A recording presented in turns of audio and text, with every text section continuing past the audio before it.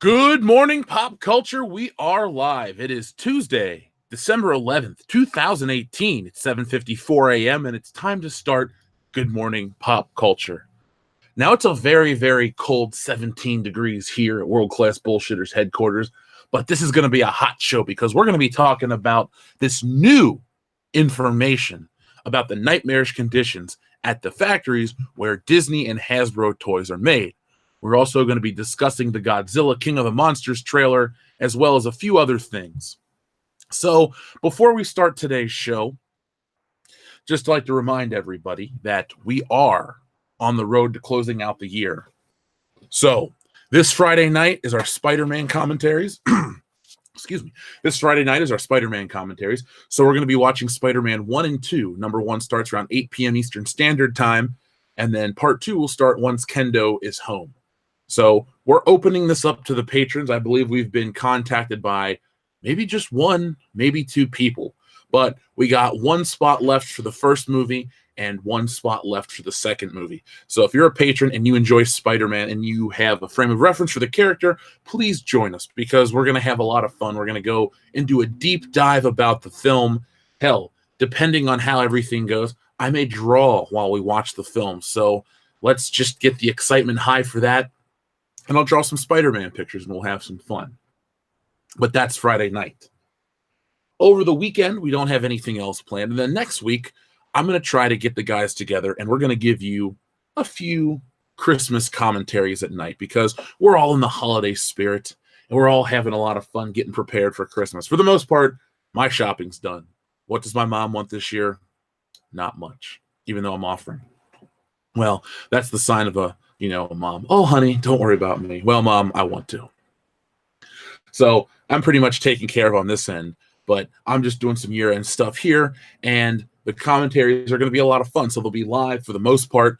We'll do, Christmas Vacation and Die Hard and A Christmas Story, a few things like that, plus maybe a couple other deeper cuts like Jingle All the Way, even though that's a pretty shallow film. I like Jingle All the Way. A lot of people want to shit on it. I'm not one of them. I find it to be fun, entertaining, and it takes me back to the 90s when I actually wanted a Turbo Man doll. And if you're like our buddy American Trent 007, you have one, and they're worth a ton of money. So be on the lookout for that. And as I said, folks, the 24th will be our last Good Morning Pop Culture. I think that'll be the day where we open the P.O. Box stuff. It'll be like a little mini Christmas party here on the channel. So if you're off work, you have an excuse to drink in the morning with us. Get your desk wine ready, folks. It's going to be a good time. And then the World Class Bullshitters podcast has 2 episodes left this year as well. So this Thursday night, be prepared. And then next year will be our end of the year extravaganza. So it'll be a lot of fun. There will be a couple weeks without us, but I think you'll make do. It'll give me time to recharge the batteries. It'll give me time to work more exclusively on the comic book and whatever videos and news stories come out. But it'll just give me some time, and that's what I need is time.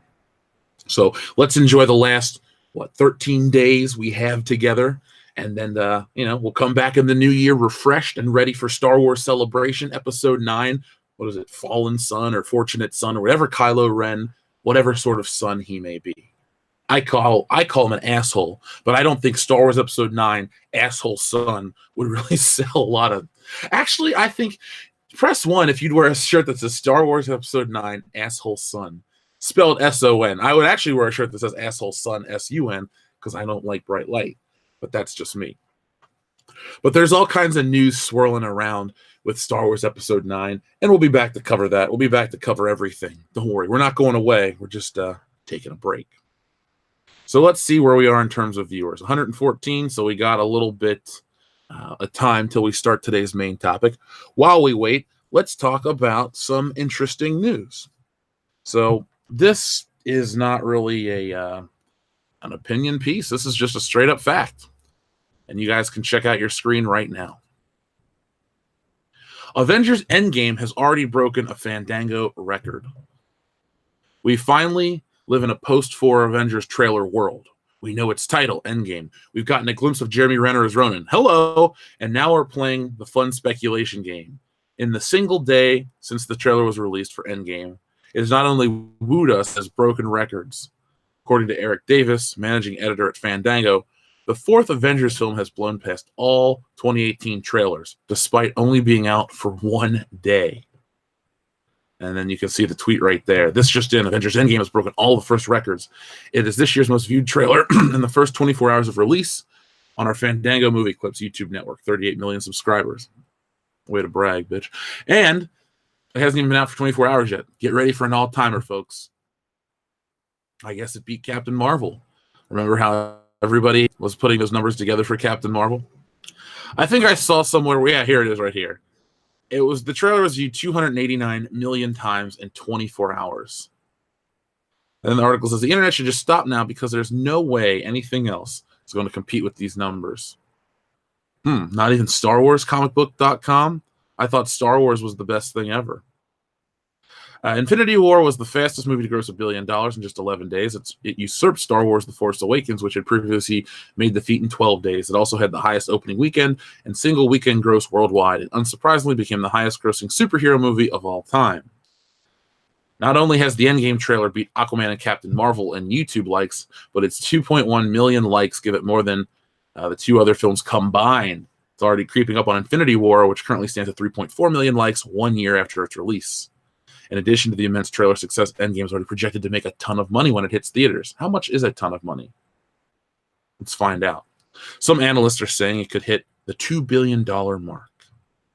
It comes out April 26, 2019. So I keep talking about the release date. So Captain Marvel is March 8th, International Women's Day. It's on the nose.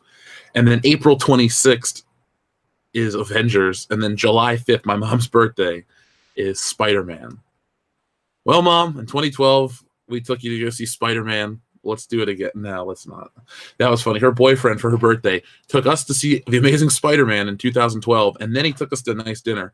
But I don't think my mom well, I won't give her age out.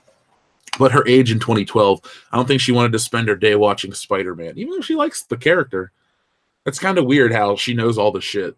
Especially J. Jonah Jameson. I don't know why she likes it, but she does. But I do find that, 42 days or some shit like that, or 48 days, that's going to be an odd month and a half and a hard sell if you ask me. But we'll see. We'll find out when we get there.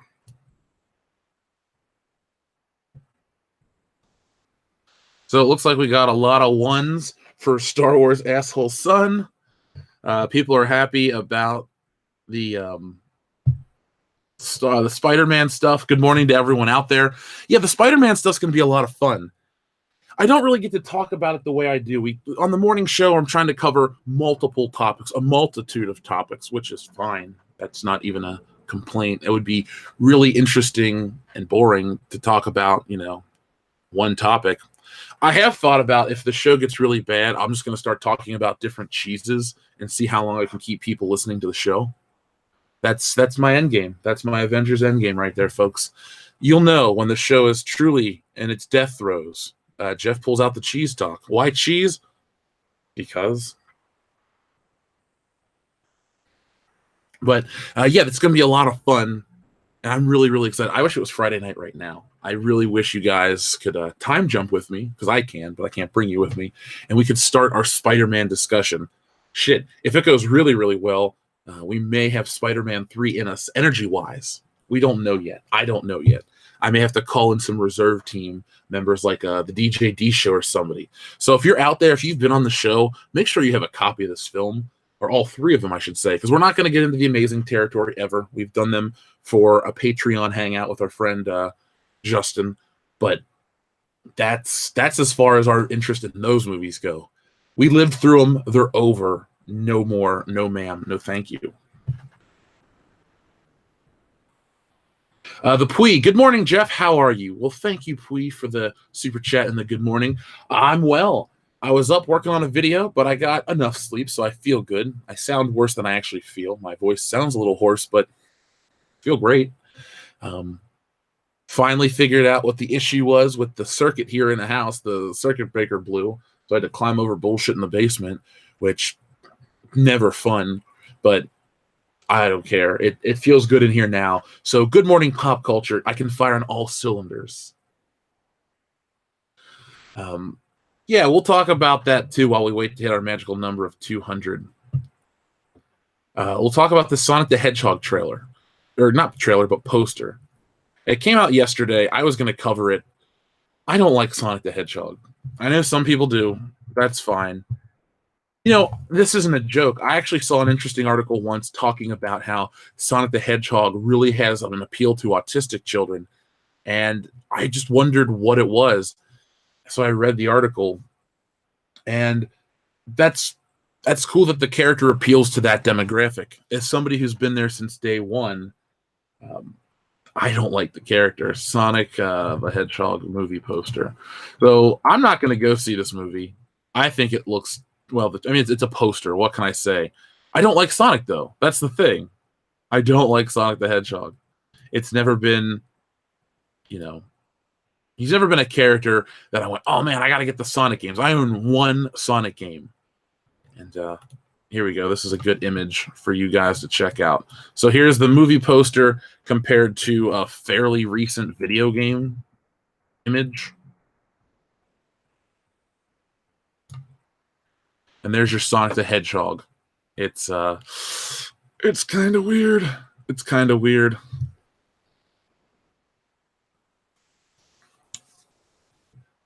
I'm glad you guys are really hot in Brazil and other parts of the world. I look out my window and I see frost everywhere. Not Deacon Frost, not Jack Frost, just fucking real frost.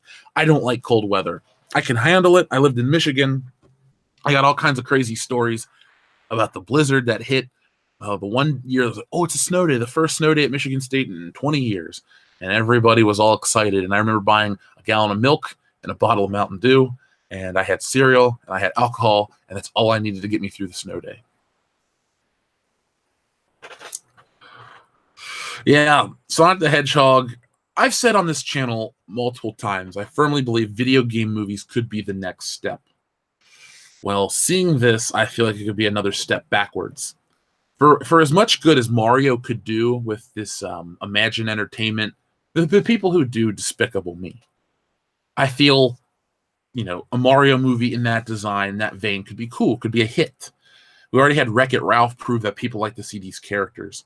I don't think we need to see another Street Fighter movie, another Mortal Kombat movie in today's day and age with an R-rated action, an R-rated martial arts film that's violent and bloody would be awesome to see. And get the guy that directed, you know, The Raid, Redemption, or something like that, make it Mortal Kombat.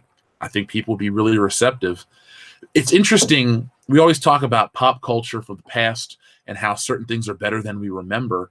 Well, it's interesting to think, or excuse me, it's interesting to look back and see that Mortal Kombat 1 wasn't as bad as people think it was. I mean, I've watched it a whole bunch over my life. I like it.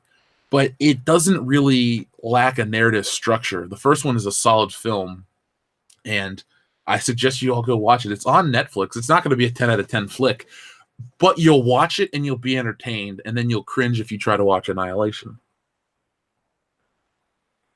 Salvador, thank you very much. Morning, Boba Jeff. Shitter's full. Oh, man. I love Christmas Vacation so much. I will give you guys, though, my controversial hot take of Christmas Vacation. I love it, but it is my third favorite vacation flick. First one, European, then Christmas, then Vegas, and I haven't seen the new one. So a lot of people think Christmas Vacation's the best. That's fine. It's just a differing opinion, but I'll stand by the first one as an actual comedy classic.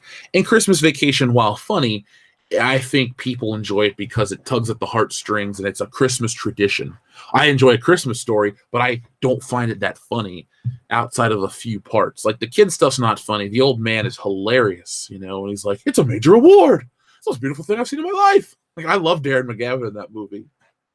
Or the, you know, the Fragile and all that shit. That movie's hilarious in certain parts, but overall, I don't find it funny, especially like when Flick gets his tongue stuck to a pole. I don't know, maybe I've seen it, you know, 600 times, but I still enjoy the shit out of it. Do not worry about the Godzilla trailer. We are going to be going into a deep dive about Godzilla. I'm just waiting to hit our next 3 viewers, and we will start. I have not only watched the Godzilla King of the Monsters trailer, I have see the original title for today's video was going to be something along the lines of Godzilla, and I mean the classic one. So Gojira is I guess a learning tool for all NPC filmmakers, because you can tell a really deep, interesting story in a film and not have it be poorly executed. I think much like a lot of art today, just art in general, maybe not games. If you consider games art, I think games have reached a new level, especially with something like Smash Brothers. But in general, all art, comic art, movies, paintings, all this stuff has really dipped in quality. And so Godzilla, or Gojira, which is an allegory for nuclear testing, is a really smart thing. And I have an article that I'm going to share with you, and we're going to talk about that. So just stick around for the Godzilla talk. I promise it's coming, but we're going to talk about this Chinese slave labor. And this is a brand new article. It came out 10 hours ago. It's not some historical thing that we're trying to poke fun at Disney to get you to click on the video. This is brand new from CNBC or MSNBC, some news source that you may not agree with, but they would get in deep shit if they made this story up. So, Cesario Japan, thank you very much. I want a Killer Instinct movie. I will watch a Killer Instinct movie as long as it goes combo breaker, like just straight up. That's what they should just call the movie, combo breaker, a Killer Instinct story, and you got my money. We had Killer Instinct for the Super Nintendo, and I just remember how weird it was, because I didn't like the narrator's voice, like Jiggle, and I'm like, okay. So I'd always play as that guy that looked like a ninja or the skeleton dude, but I was never that good at it. It wasn't a game that I could get, 40 hit combo and ultra combo and all that shit. No, I played it as a kid. I wasn't very good at it. I wasn't really that good at Mortal Kombat. Here's a story about me real quick. We'll start the show out this way. So as a kid, I would play Mortal Kombat and Mortal Kombat 2, and I would try to win against like older cousins, but they always beat me. So when I was in high school, for the PlayStation 2, they released this thing called Midway Arcade Treasures, whatever. And it had Mortal Kombat 1 on Volume 1 and Mortal Kombat 2 on Volume 2.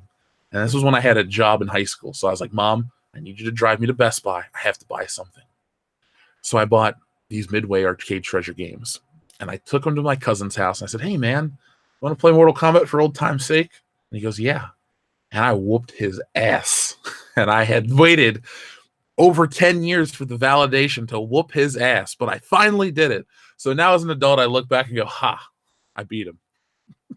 I know it sounds petty. It is. It's incredibly petty, but it was something I did. I spent $40 to beat my cousin Jason at Mortal Kombat, and it was $40 well spent.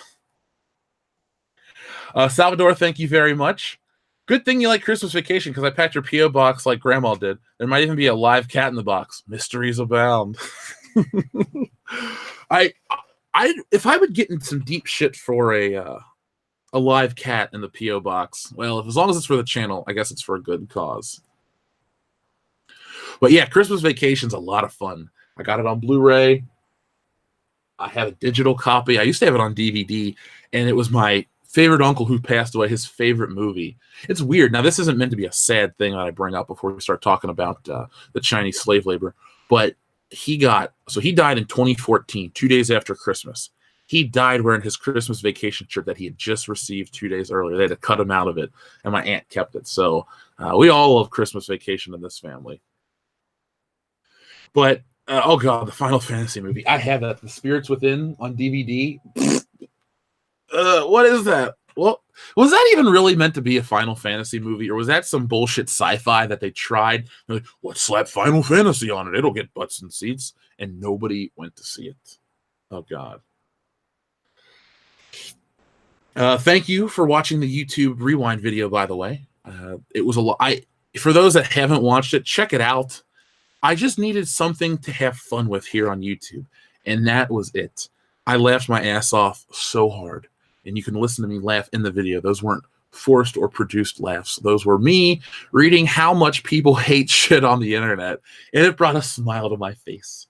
So it was a nice little break from entertainment Star Wars news. But to be fair, YouTube is entertainment. It is popular culture. It is, what a certain demographic watch exclusively. My cousin has stepkids, and they're like 13 and 14 or 15, something like that. And they're weird, but That's the shit they're into. So I know there is a demographic. Weird people with no money, but there is a demographic out there. So let's start talking about the nightmare conditions at the Chinese factories where Hasbro and Disney toys are made. Like I said, this comes from MSN, and this is a 10-hour-old article. So you're going to hear it here first, folks. So remember, world-class bullshitters, good morning pop culture. We break it first because we do it live. We do it really early in the morning. And for those out there working and lurking, we're entertaining you and we're teaching you something in the process. So Chinese factory workers producing toys for Hasbro, Disney, Lego, and Mattel are being subjected to nightmare working conditions in the run-up to Christmas, an investigation has alleged. The report, titled "A Nightmare for Workers," shows findings from campaign groups China Labor Watch, Action Aid, CIR, and Solidaire Suisse, who sent undercover agents to 4 factories that produce toys sold at Walmart, Costco, Target, and other international retailers. I guess Toys R Us is glad they're out of business now, so they can't be tied to this. 4 factories were investigated between April and September of this year. Workers endangered. And I guess investigators found there were serious violations at these factories, which were endangering workers. In peak production season, employees were working up to 175 overtime hours per month. Chinese labor law restricts monthly overtime to 36 hours per month, but the report alleged factories would often ask local governments to implement a comprehensive work hour schedule to override existing legislation. Workers were also not being given the legally required 24-hour safety training before commencing work, meaning they were unaware of how to protect themselves from toxic chemicals. The investigation also showed that employers were failing to provide them with the necessary safety equipment to prevent contact with those chemicals. According to Solidaire Suisse, workers often handled chemicals such as benzene, which has been linked to poisoning and leukemia. Oof. And I can't say investigators this morning. I keep wanting to say invaders. Invaders Zim. That's what's on my mind. Investigators also found that workers were being forced to sign blank employment contracts and were provided with poor living quarters, which often house 8 people in one room with unsanitary facilities and no hot water. Companies respond. Hasbro confirmed in an email that the products were being produced at 2 facilities referred to in the post. The allegations in the report were not substantiated by Hasbro's extensive monitoring and audits conducted throughout 2018, and both suppliers are in good standing with Hasbro's robust ethical sourcing requirements, a spokesman told CNBC. In an emailed statement to CNBC, a Target spokesperson said that it took the allegation seriously, adding, "We will expect all vendors supplying products to Target to uphold our standards and treat everyone with respect, dignity, and equality." Now, to be fair, when I initially read this article, nobody had responded yet. So they have updated this article, and that's good. I mean, I think what we all want at the end of the day is for no one to be killed over this stuff. But as our friend American Trent said, it's really ironic that people are dying to make Rose Tico action figures. Now, I'll just say this in closing. The factory that produces the Disney princess dolls, called Sing and Sparkle Ariel, have a daily quota of up to 2,500 toys per day. They work 26 days a month, earning $435 per month, plus 1 cent for each doll produced. The Ariel doll currently retails on Amazon for $34.97 in the US. So, folks, this is American ingenuity at its finest. You ship it out real cheap, bring it back, jack up the price. Now, every company is responsible for this, but close to Christmas, I find this to be pretty embarrassing for our friends over at Hasbro. And why do I cover it? Because I cover everything regarding Hasbro and Star Wars toys. It's all part of the culture war. Now, I hope nothing but the best for these Chinese laborers. I don't wish anything bad on people. I can take a dump on Star Wars toys all day. Shit, I might actually literally do it if it gets me 1 million views. But if I'm going to be completely honest and serious, this is terrible, and I feel for these people. So for those out there, this is where your Star Wars toys, your Disney toys, all these things are made. I mean, it looks like they have communal pants over here. And take those things into account when you purchase Disney products, when you purchase stuff this holiday season. Yeah, so yeah, people are kind of like dying for a Rose Tico action figure. It's not good. Nobody's having fun dying for Rose Tico. The only person who died for Rose Tico was, well, nobody. She tried to die for Finn, but it didn't work. Shit. Can you believe it's almost been a year since that movie's been out? I I don't want to think about it anymore, to be honest. I don't want to think about it. So, um, this is all. This is it. This is legit. These nightmare conditions at the Chinese factories. Uh, what do you guys think? We're gonna move on to Godzilla in just a moment, but Disney and all their garbage they want to throw in your face. We're this. We're that. At the end of the day, your licensing is just coming from terrible, terrible places. And please stop. That's all I can say. But let's start talking about Godzilla, King of the Monsters, because that's the shit people want to talk about. So let me find a good image, and we'll start. I'm excited for this movie. I'm excited for this movie, and I'm expecting to hear what you guys think, because we've been having a lot of people say, can you cover Godzilla stuff? Can you do this? Can you do that? Sure. I like you guys. I'll do at your request. So the closer we get to this film over on Patreon, we will do some Godzilla commentaries, and you guys should request to join us if you would like. They'll be fun. We'll do one or two here, but we'll do a good chunk of them over there. That way I don't have to try to do them live, and it's, that's a lot more functional. So Godzilla, King of the Monsters. Full transparency, I enjoyed Godzilla 2014 a lot. I saw it in theaters. I bought the Blu-ray. I've watched it, 5 times since it's been out. I've watched it more than I've watched Logan, more than I've watched Deadpool, all kinds of stuff. It's not my favorite movie ever. It's not my favorite movie of 2014. Winter Soldier would be. But it's a damn fine film that I'm happy got made. I've always enjoyed Godzilla movies. I've always been interested in not really giant monsters. I've always been interested in Godzilla himself. There's something about the character design. I like the idea of this monster just wrecking a city, people running for fear, like the Blue Oyster Cult song. They scream to God as he looks in on them. It's a good song, and it's got some cool lyrics to it. So for me, this was an easy sell. I didn't see Shin Godzilla. I don't even know if it had an American dub. If it does, I'll give it a watch, because I used to take great pleasure watching the old Japanese Godzilla films where the dubs didn't match, and it's just like, okay. He moved his mouth once, but he just read a paragraph about nuclear fission. Sure, I'll buy it. Where's the monster? But the 2014 Godzilla had a lot of patience in the way it showed Godzilla. I liked that, and I liked the big payoff, especially when he ripped open the thing's mouth and shot the that fire blast into his mouth. I was like, yeah, because you wait and you build, much like Hot Fuzz, much like Star Wars, much like Back to the Future. You build to these big payoffs, and you have little twists and turns that think you're going to lose, and then you get right back on the path. That's much how life is at times, and you have your big payoff moments. I don't like movies that are just nonstop action in your face. Even something like a Die Hard ebbs and flows. So that is your little inside look at my psyche. But on Godzilla King of the Monsters trailer, I thought it looked good.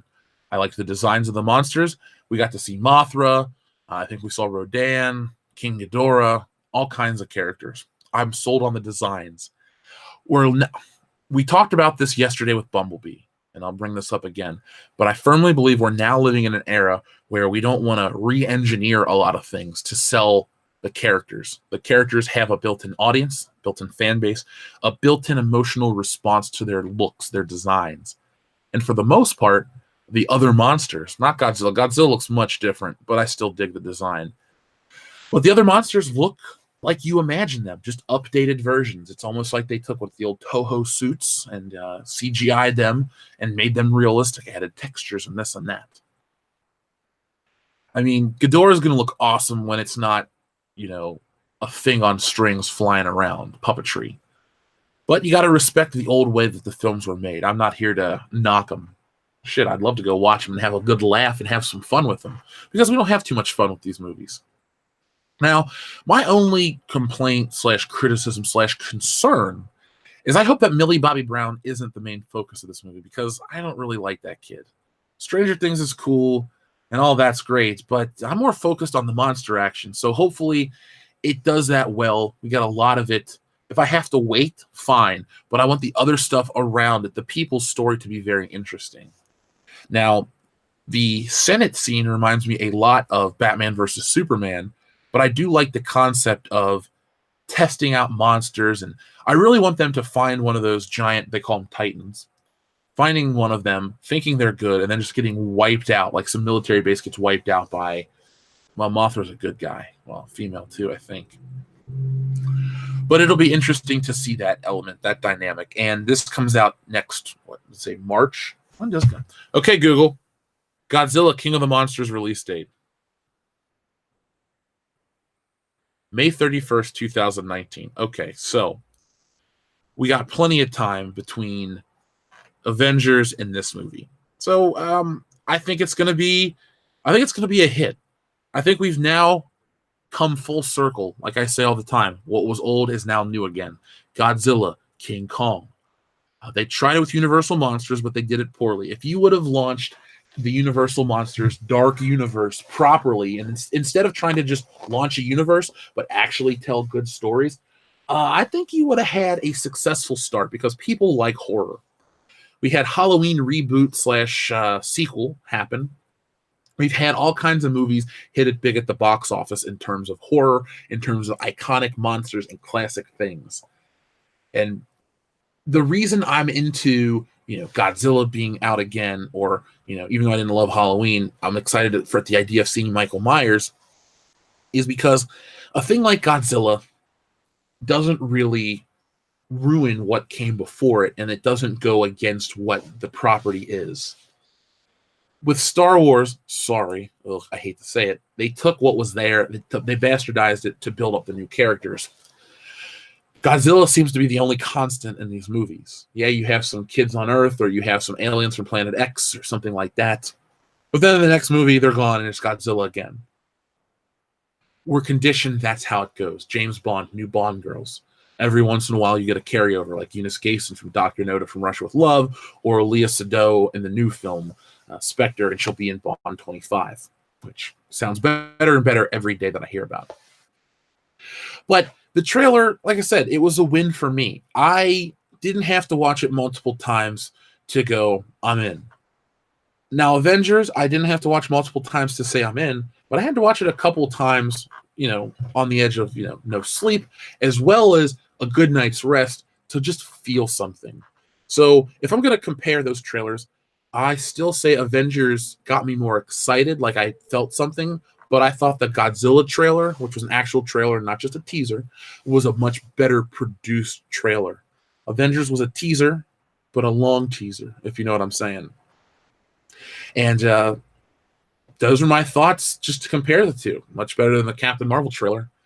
Captain Marvel did show a lot more than Avengers, but at the same time, there was a lot of cringe. Godzilla had no cringe. It was all killer, no filler. So take me to May. I'm there. I'll see that movie opening night. Well, let me rephrase that. We'll have a show that Thursday, and then I'll go see it. Well, you know what? Maybe. You know what we might do? Because summer movie season, the blockbuster season, is too big to pass up. Maybe, if you guys are interested enough, we will make Godzilla one of our exclusive live reviews right after it comes out. So May 31st, it'll be May 30th. Actually, that'll be the Thursday. All the guys will descend upon their local movie theaters, and then we'll get home and we'll review it live, and we'll have a podcast. And, you guys can get that action from us as soon as possible. So if you'd like that, let me know.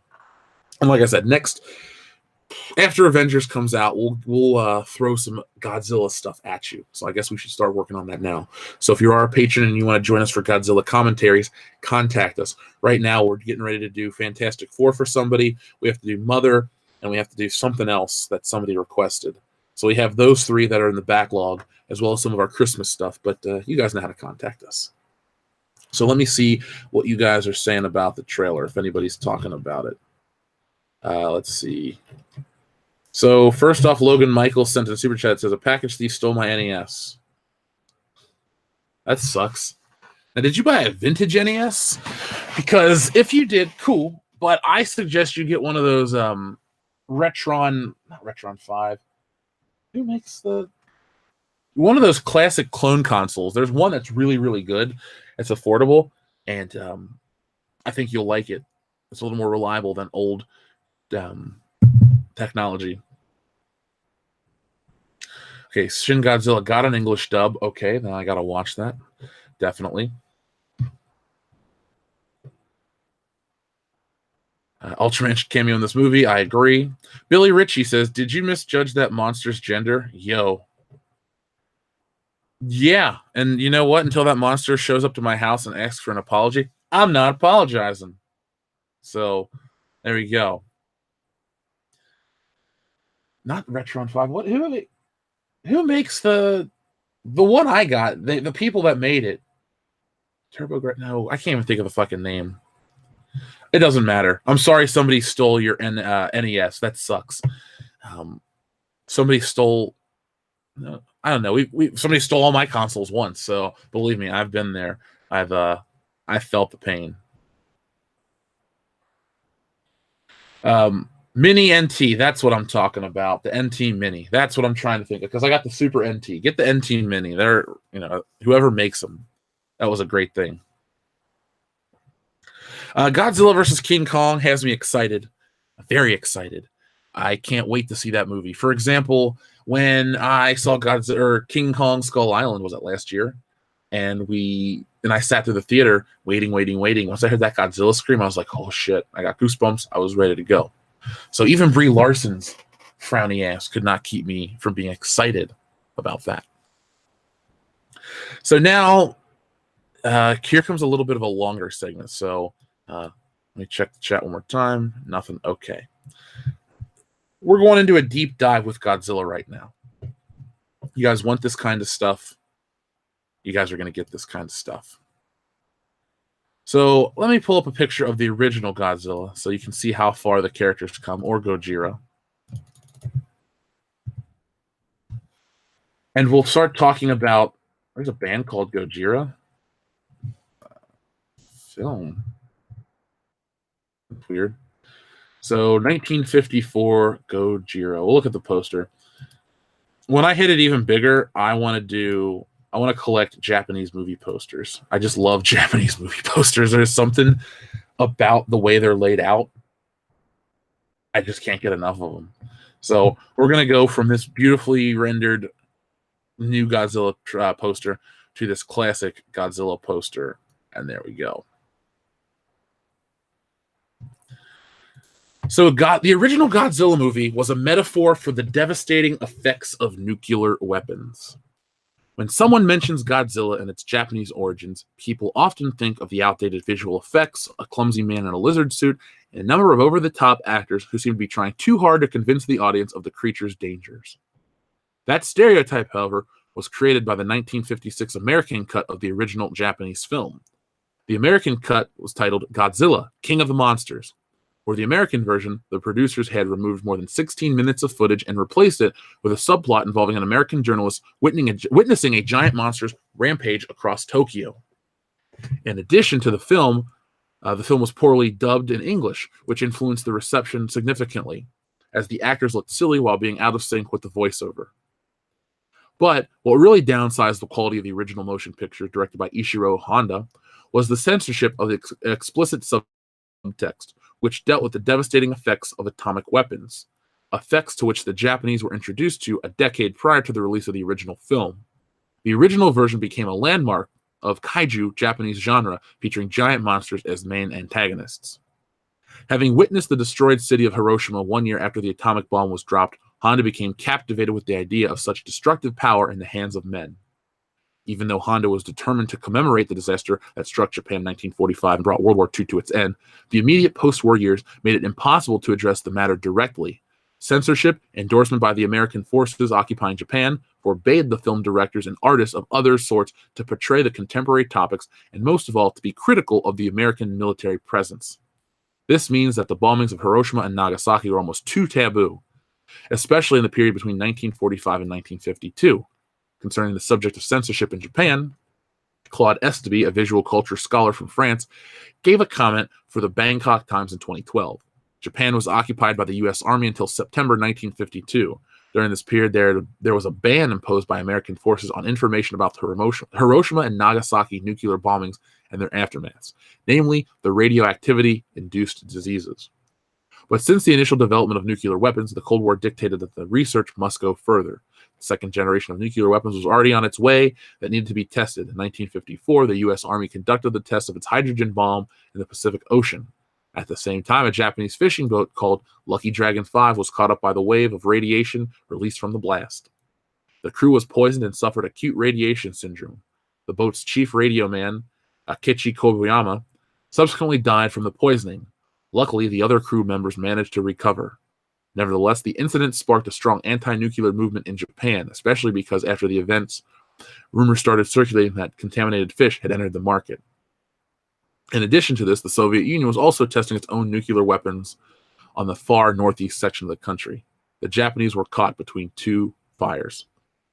Under such circumstances, Honda decided to make his own vision come true. He conceived of a giant monster awakened from the depths of the ocean by the power of the nuclear tests. The monster itself would have enormous strengths and would breathe fire while leaving radioactive traces of contaminant to the survivors of its rampage.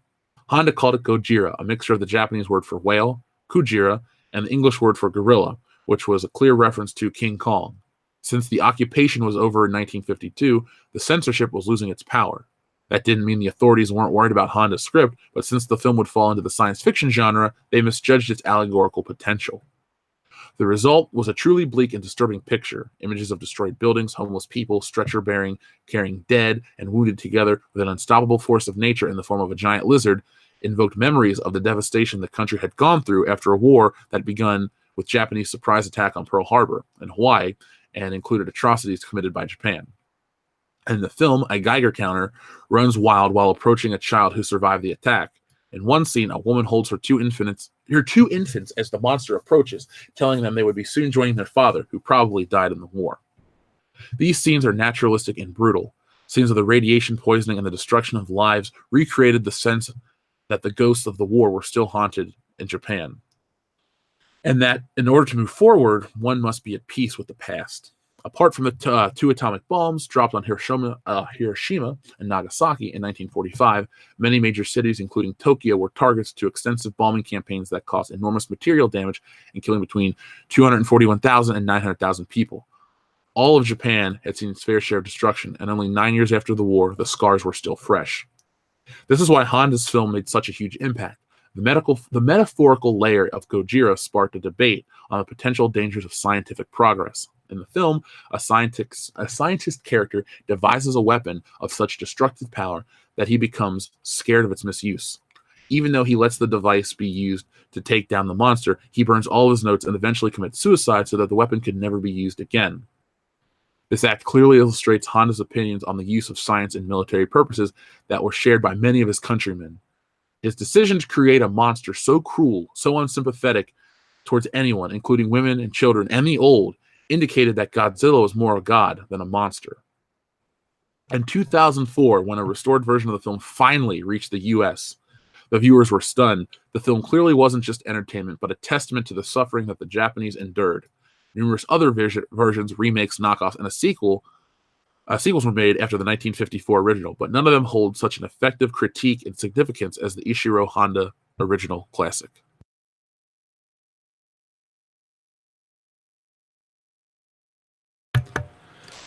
So, folks, that is how you put a message in your film.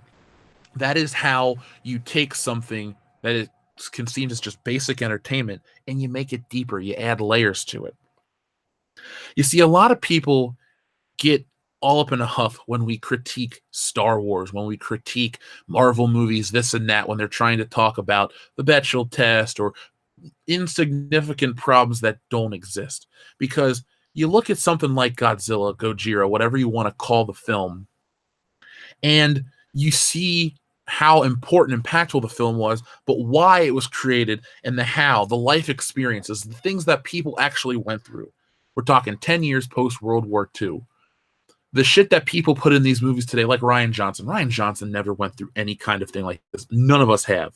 I mean, maybe your grandparents. I don't think we really reach such an old demographic in terms of world-class bullshitters.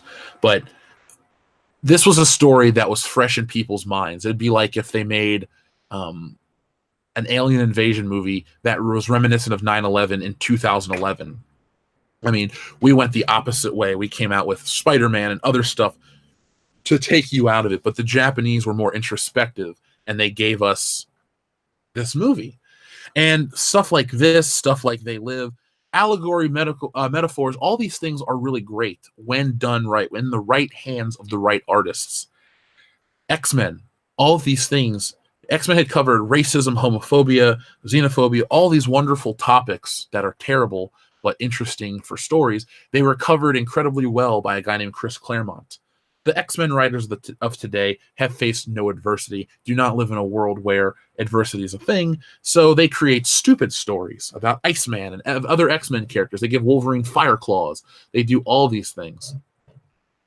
Godzilla, Gojira, whatever you want to call it. I'm just going to call it Godzilla, King of the Monsters. It's an impactful film, and I've looked into this a long time ago.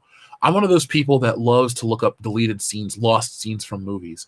So I believe there's a scene where Godzilla eats a cow, like just picks it up and eats it off the ground, stuff like that. Or, the original King Kong where he fights the spider, and they have the animatronic, but they lost the actual footage. Those kind of things. That's where my interest in this film popped up. Well, we have a super chat from our friend, the real Callum Anderson. Thank you very much and good morning. The original Godzilla was the one Superman fought in the old 40s cartoon. Classic stuff.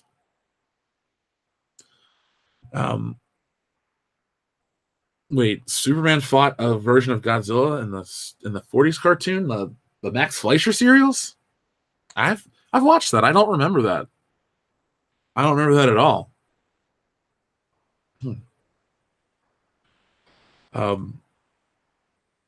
So I'll have to check that out, real Callum Anderson. Let me take a screenshot of your super chat so I can look. It gives me an excuse to watch the old Superman serials. I should get some breakfast and I should watch those.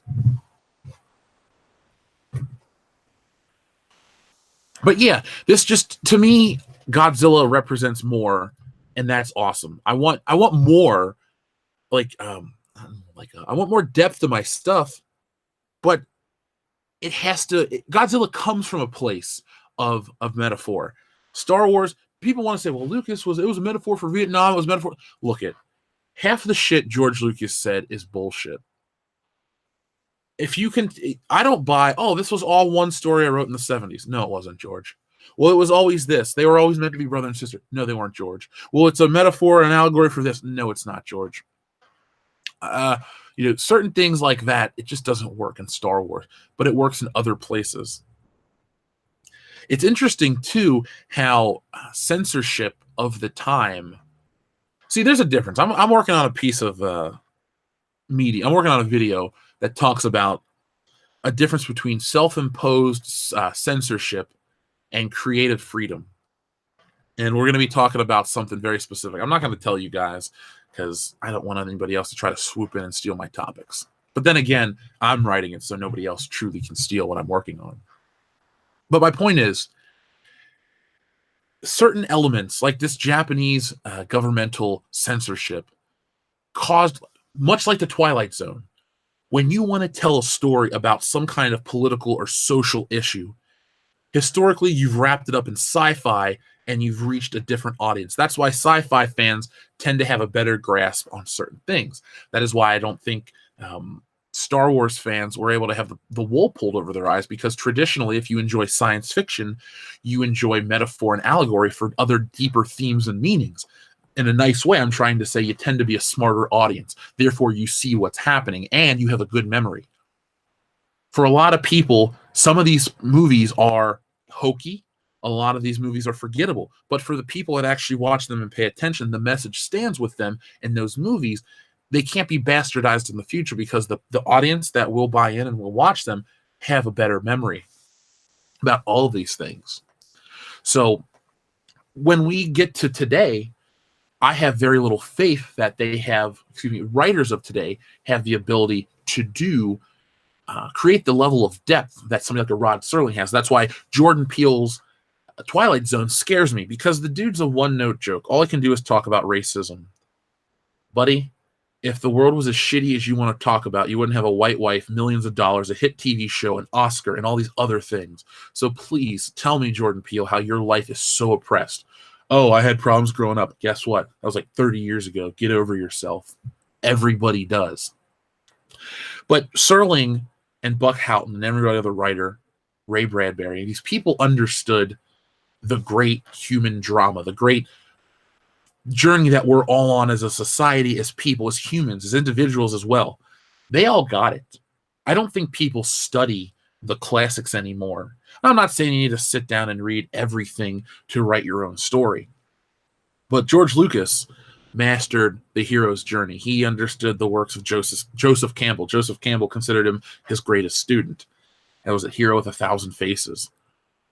Look at Luke Skywalker. A lot of Star Wars is directly referenced from that book, but it works because it's a story that resonates with people.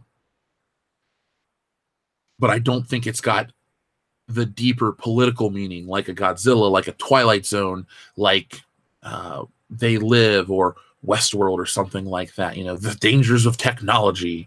Where do we stop?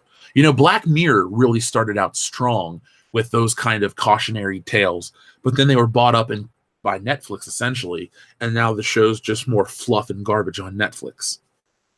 I hate to always bring up that point, but you took one of the smartest shows out there that made you think and really could captivate you, and you made it just hokey bullshit to promote an agenda.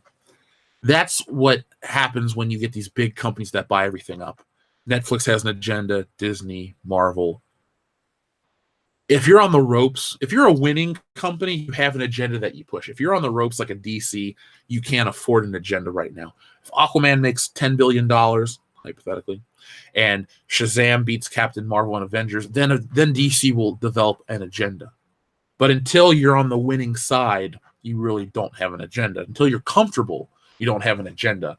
The WWE, same example. Back in the day when they were the WWF fighting the WCW, man, every week they had to come up with new entertaining shit. Once they won, they got lazy, complacent, and now Stephanie McMahon runs the place, and it's, well, we're more focused on philanthropy. Philanthropy is the business of the future. So they sit and they pat themselves on the back about, we have breast cancer month and prostate cancer month and sick kid month and all these things, but your TV show's unwatchable. So that's nice that you want to go out and do all these great things to promote families and stuff like that. Awesome. But you got to produce something worthwhile in watching because, you know, as an adult who has the disposable income to go to your shows, you're making it less and less desirable. And families can't afford the jacked up prices you charge for WrestleMania. $1,200 for a fucking ticket? Come on now. Understand your demographics. But I just hope you guys enjoyed my Godzilla discussion. I wanted to talk about that. And much like when we covered Doctor Who a while ago, long form topics like this need to be covered. Yeah, I like to have the fun. I like to, you know, read the super chats and zing off of each other and stuff like that. Believe me, it's great. But sometimes you have something really important. So while you're excited for the new Godzilla King of the Monsters trailer and what's going to come out in May, and believe me, I'm right there with you. I'm excited. I actually want to pick up an SH Monster Arts series of Godzilla figures. I don't think I'll allow myself because I'd rather buy, I don't know. We got Star Wars Celebration coming up. But my point is, I'm pumped. I'm ready. I'm there. We're going to be doing stuff to celebrate Godzilla. But remember where it came from. And if you've never seen the original cut, not the one with Raymond Burr, who plays Steve Martin, yes, that's his name in the movie, go back and watch the original one.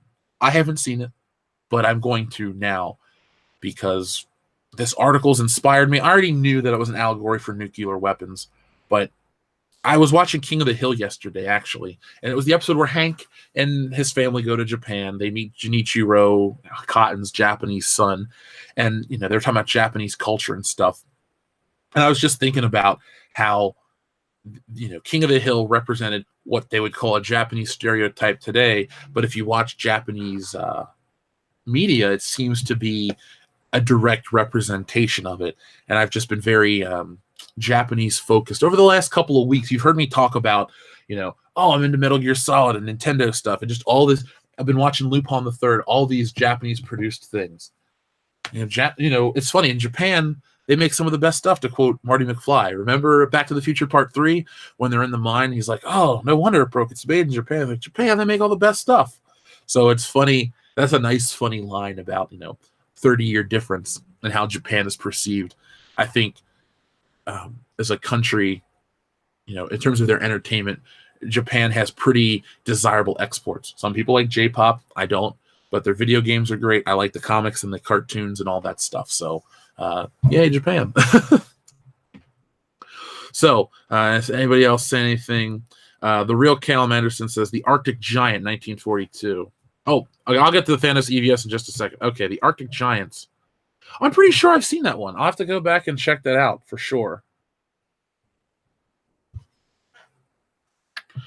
I'm being picked in the race draft. What let's see, what am I doing? What am I being drafted? Who's drafting me?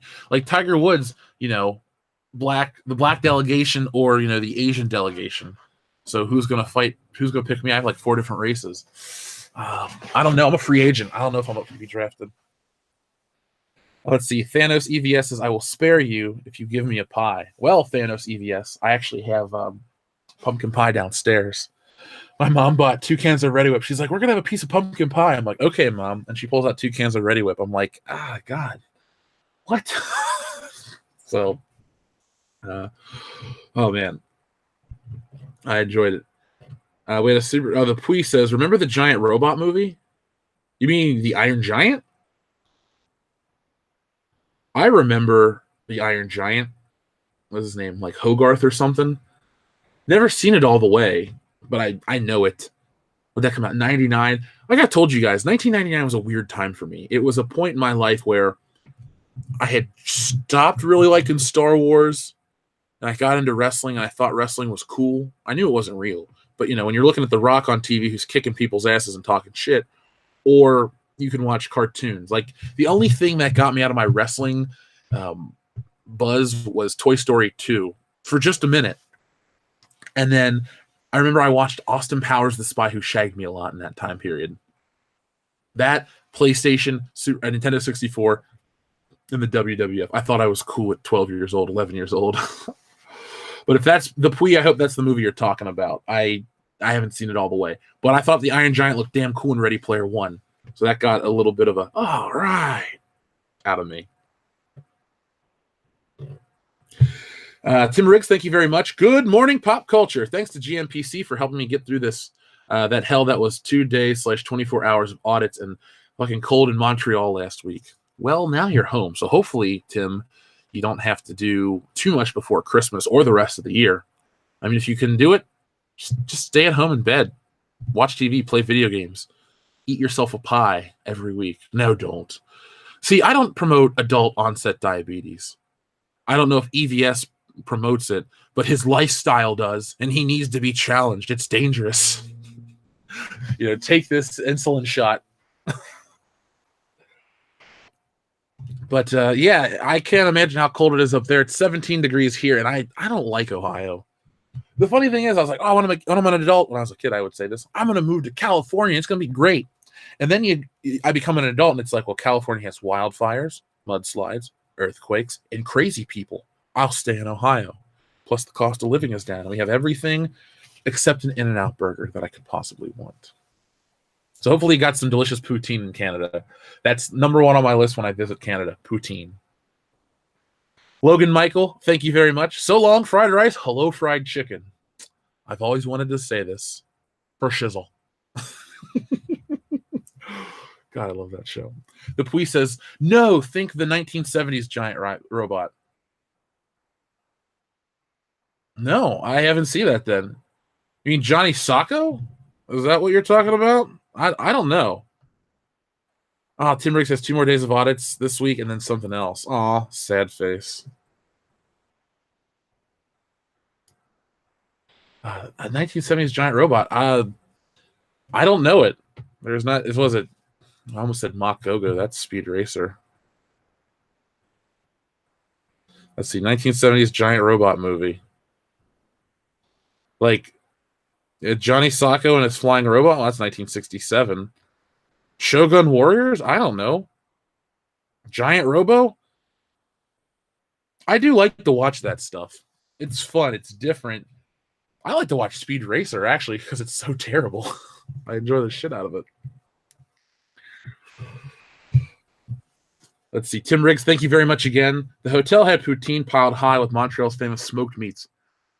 Believe that I got some of that. Believe that I got one night for sure. Let's see. I'm going to reread that. Believe that I got that one night for sure. I do. I'm hungry. I didn't eat yet. So poutine and smoked meats sound delicious. What did I eat for dinner last night? Big boy. Ugh. Yeah, it was okay. But I digress. Oh, man. Once we've hit, 42 billion subscribers and all this stuff, and we get the world travel, I get to live my Top Gear lifestyle, and then it gets canceled. But that's okay. Everyone else is still alive. I would love to just go around the world and eat food. Travel Channel, if you need to get rid of that crappy guy that's on Man vs. Food and you want to hire a real winner, hire me. I may not have every food industry job, but I like to eat, and I think I could take down a couple challenges. I'm a giant, so bring it on. I'd rather do that than nothing.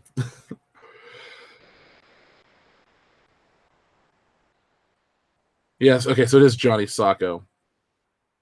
Hallmark Channel, Jeremy. Jesus, there's so many of these people. Murat Dialine, thank you very much. Sup, Jeff? You see Batman Ninja animated movie? It was odd but good in my opinion. It's on the DC streaming service.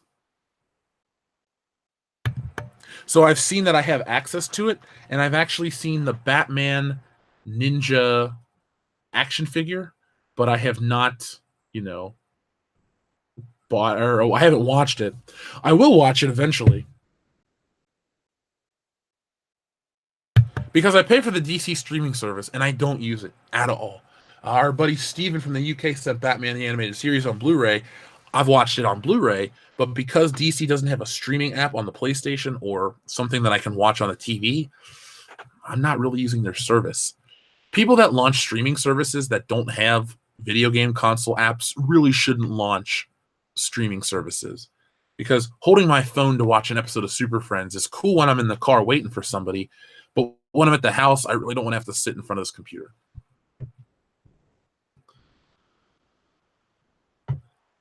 Okay, so yes, I am a glutton for hire, apparently.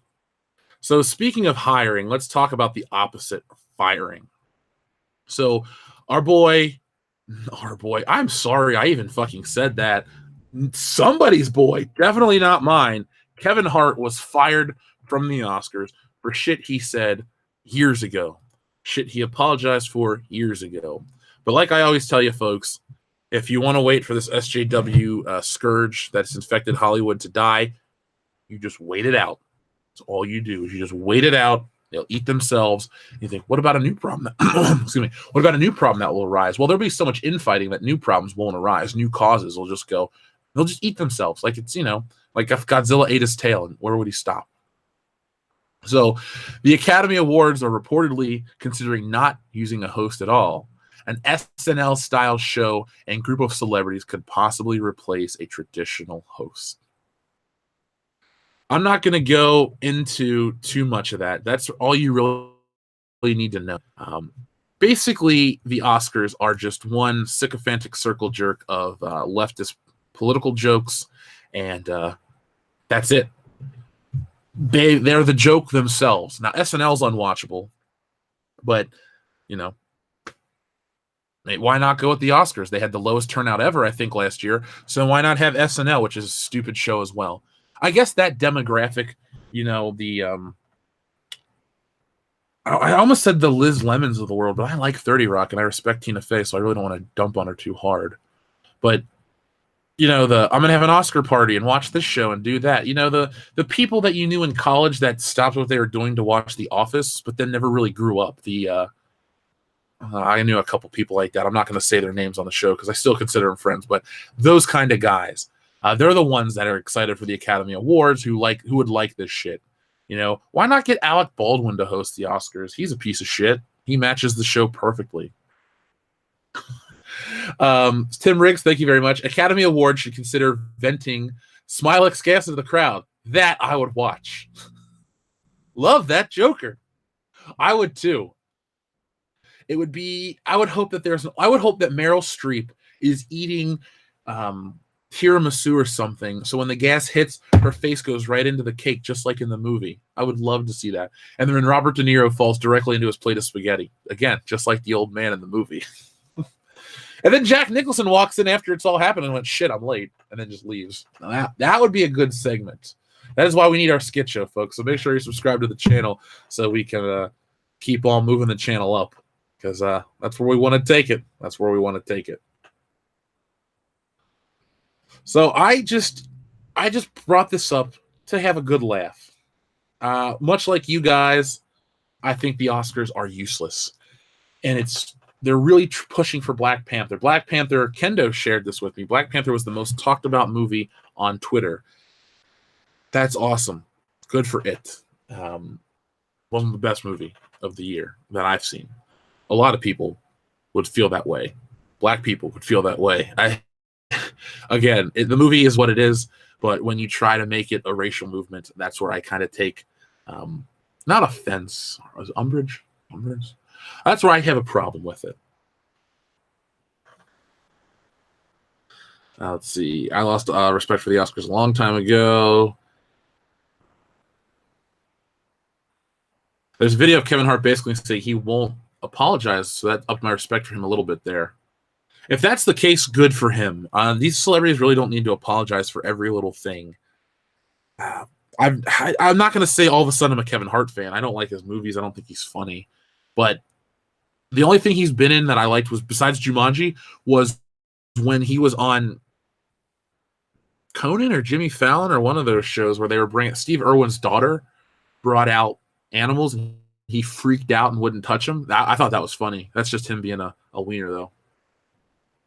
Jeremy's Hat is now a sentient YouTube account. Thank you for your super chat. Have you checked the P.O. box? No, I didn't, for a reason, which it's a personal reason, so I won't say it. Yesterday was a very specific day, so I had some stuff I had to take care of. But I am going to go. I'm changing my schedule. Normally I go to the gym and in the afternoon, but today I'm going to go after I get off the air. So I will check it. Believe me, I'm excited and I'm very thankful that you guys want to send in stuff. And when I make the video, it's official. Good Morning Pop Culture Christmas Eve edition is going to be me opening this stuff. So depending on how much shit is in the P.O. box, there's just going to be a stack here in my office. I got Yule Must and all kinds of other stuff. David Hurdy, thank you very much. He wasn't fired. He stepped because they wanted him to apologize, and he refused because he has numerous times before. Oh, okay. Yeah, if that's the case, fine. I have respect for his decision. Plus, the nice thing about Kevin Hart is Kevin Hart doesn't give a shit. He's got the money. Didn't he cheat on his wife or something, and still people are cool with him? I won't call him the Teflon man of the next generation, but he definitely has an appeal to a big audience, and good for them. Good for him. He's not, like I said, he's not for me. If I have to pick a current stand-up comedian that I will follow, there really isn't one. You know, it's funny, probably for all the people that I bitch about and don't like their stand-up, I could probably watch Kevin Hart and laugh at some of it. You know, I'm embarrassed to say this, but this part I'm not embarrassed. I went on this date with this girl, and we went to see Tracy Morgan in stand-up in concert, and he was awesome. Like, that was one of the best times I've ever had at a stand-up show. So, good for Kevin Hart for stepping away. Yeah, there is a statute of limitations for apologies. Plus, you know, how many times? The Grand Inquisitor, thank you very much for generous super chat. Jeff, did you hear about Patreon banning Sargon of Akkad? Has it affected your Patreon numbers? Are you considering other options like Subscriber Star because people are leaving it because of his banning? You know, I've been hearing about this. I talked about it once. I'll talk about it again right now because you sent us super chat in some detail. I've heard about it. I don't follow Sargon of Akkad, but at the same time, or anymore, but I don't wish anything bad on anybody. So our official channel stance is we don't really have a stance on him. I don't consider him like a friend of the channel or an enemy of the channel. He's just there. He's doing his own thing. Like millions of other YouTubers out there, he does his own thing. Has it affected our Patreon? Very, very little. Because I said this, and I'll say it again. I'm not shilling for Patreon, but to leave Patreon because of what they're doing to Sargon of Akkad only hurts the creators. Look, you're not really making a big grand statement by leaving our Patreon for Sargon of Akkad, because unlike YouTube and other places, Patreon takes a very small percentage of the money. So they take 10%. So every $5 you give, we get $4.50. They only get 50 cents. YouTube takes 30 plus an additional tax and all this other stuff. So for those out there that are wondering, it's stayed really relatively. It's only dropped about $12. If you're going to quit over Sargon of Akkad, remember, it doesn't help him. It only hurts us. So it's not this big movement. I don't know why they banned him for. I don't, like bannings or anything like that. There's all kinds of stuff going on. So we'll have to find out in greater detail. But here's the thing about our community. That's the lucky thing. Our Patreon's been kind of in the same place for the last couple of months, which is awesome. Thank you to everybody. But we're really community focused, and it's more personal on our Patreon page. I know the patrons. I've talked to most of them. Hell, I've met a good chunk of them. I know who you are. You know who I am. So that's why we do what we do over there. So I think it's getting blown out of proportion. I think a lot of people want to get in on the movement because it's a thing like, oh, fuck them. But you're really, like I said, you guys aren't doing anything for him by leaving. It doesn't help him. And you're not hurting Patreon because, like I said, even if you're our top tier patron, $25 a month, or like some of our people who go above and beyond, you're giving like $2.50 to Patreon and the rest goes to us. So you do what you have to do. But in all honesty, it does not affect, it hasn't really affected us, thankfully, yet. So hopefully it doesn't at all. And that's why we do all kinds of exclusive stuff. Plus, the nice part is Patreon gives you a place where, for example, we're not going to have a Discord server because it has a lot of anonymity and people do dumb shit. With Patreon, it's I don't want to say a safe space because it's not a safe space. Believe me, After Hours is a whole different show. We get into like different topics and we're less reserved. But people, when their real life information's on a thing, it keeps them from doing dumb shit. So you don't see shit posting on Patreon. You see people watch the thing, they say I liked it, I disliked it, blah blah blah. They'll send me messages, stuff like that. That is where we send out, like, if you're a patron and you want to get on a hangout, we'll send you the link over the Patreon account or stuff like that. So in this community, it's a positive thing. It's brought a lot of good. It's helped us get to conventions and do a lot of things. And as YouTube has become less and less viable, Patreon's been great. So that's really all there is to say.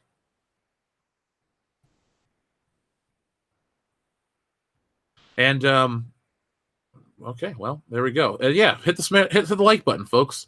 There we go. That kind of derailed the show, but I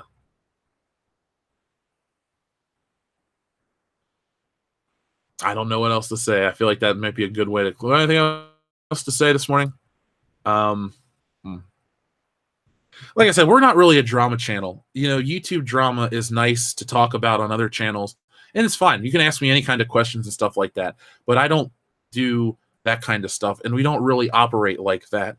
We talk about entertainment. We'll get into deeper stuff like we did with Godzilla and Gojira, or whatever you want to call it. But, I don't follow, what so-and-so said or who did what.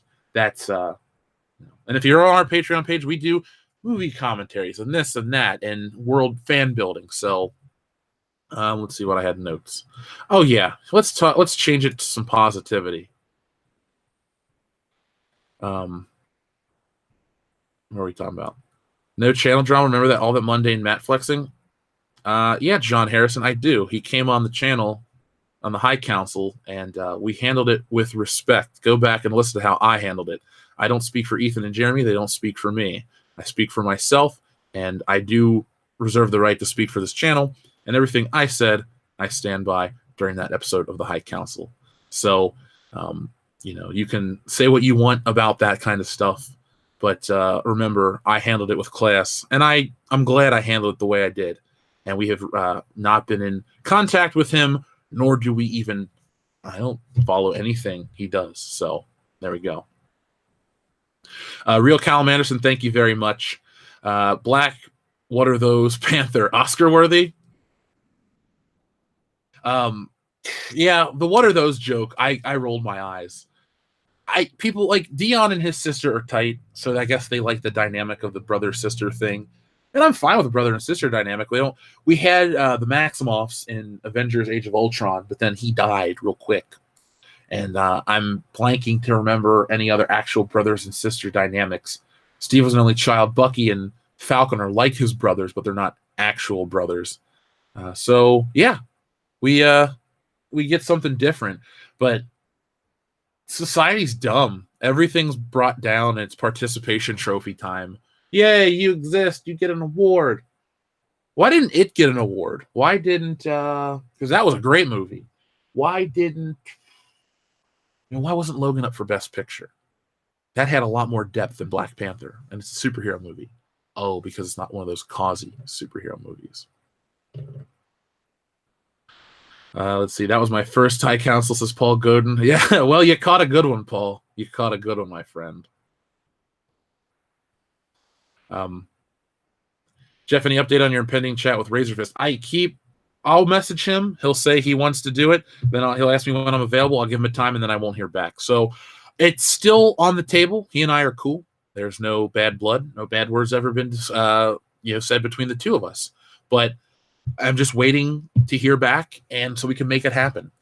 Probably won't be this year. I'll message him again. I mean, he's busy. He's got a big channel too, so it's kind of hard to find. And he's in a different time zone. So when we do find the right time, we'll make it happen. I still want to talk about Daredevil. Daredevil is one of my favorite superheroes. It was a great Marvel show. Was a great Marvel show. So let's see. John Buscema.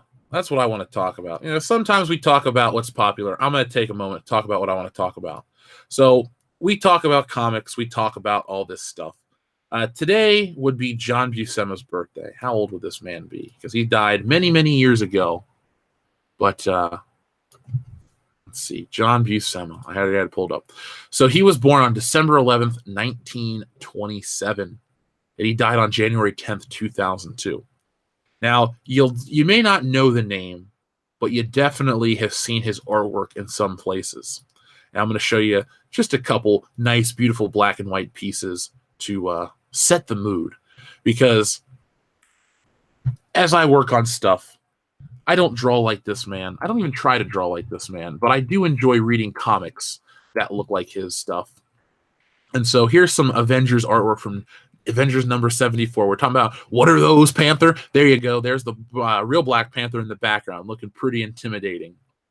So John Buscema, let's talk about him for a moment. He's known for his run on the Avengers, Silver Surfer, and over 200 stories featuring Conan the Barbarian. In addition, he penciled at least one issue of nearly every other major Marvel title, including long runs on Fantastic Four and Thor. He was inducted into the Will Eisner Comic Book Hall of Fame in 2002. He is what I would consider the best Marvel artist, the greatest Marvel artist. You've had guys like Steranko, Neil Adams, Romita Sr., Jack Kirby, Ditko, all these guys, all these great prolific artists that really upped Marvel's presence in the real world. But I think John Buscema tops all of them in just pure technical talent. I look at stuff like his. He draws great heroic men, great angles, beautiful women. It's really just awesome to look at. And his gesture work was incredible. Now, a lot of it, he is inked by other people, and some of his gesture work is very basic. But he worked on some really awesome stuff, and I love it. He, even in his later years, when he had been doing it for decades, he was working on Wolverine, and he was able to keep Wolverine awesome and fresh. So we used to have a segment called Bad Comic Book Art. Kind of ran out of it. People weren't sending in their stuff. So I'm like, I can't talk about Rob Liefeld every day. It's unfair to Rob. It's unfair to other artists out there. But I thought we would take a moment to celebrate a great man's uh, birthday. He would be, what, 91 today? Yeah, he'd be 91. And like the article said a moment ago, he's worked on every major Marvel character. His work on Spider-Man was great. His work on Fantastic Four was great. I mean, I don't think the guy touched a comic book and didn't do a good job. It just wasn't in his DNA. And when he worked on Conan, we'll look at some of his Conan the Barbarian stuff. That kicked ass too.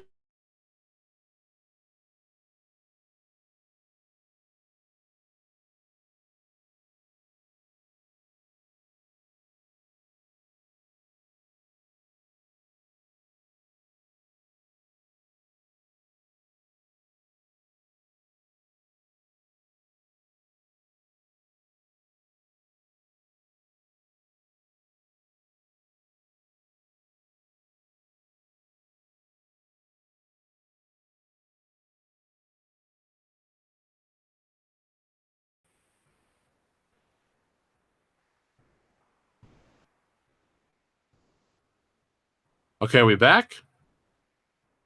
Okay. There we go. We're back. There we go. So I tried to zoom in on something, and it let's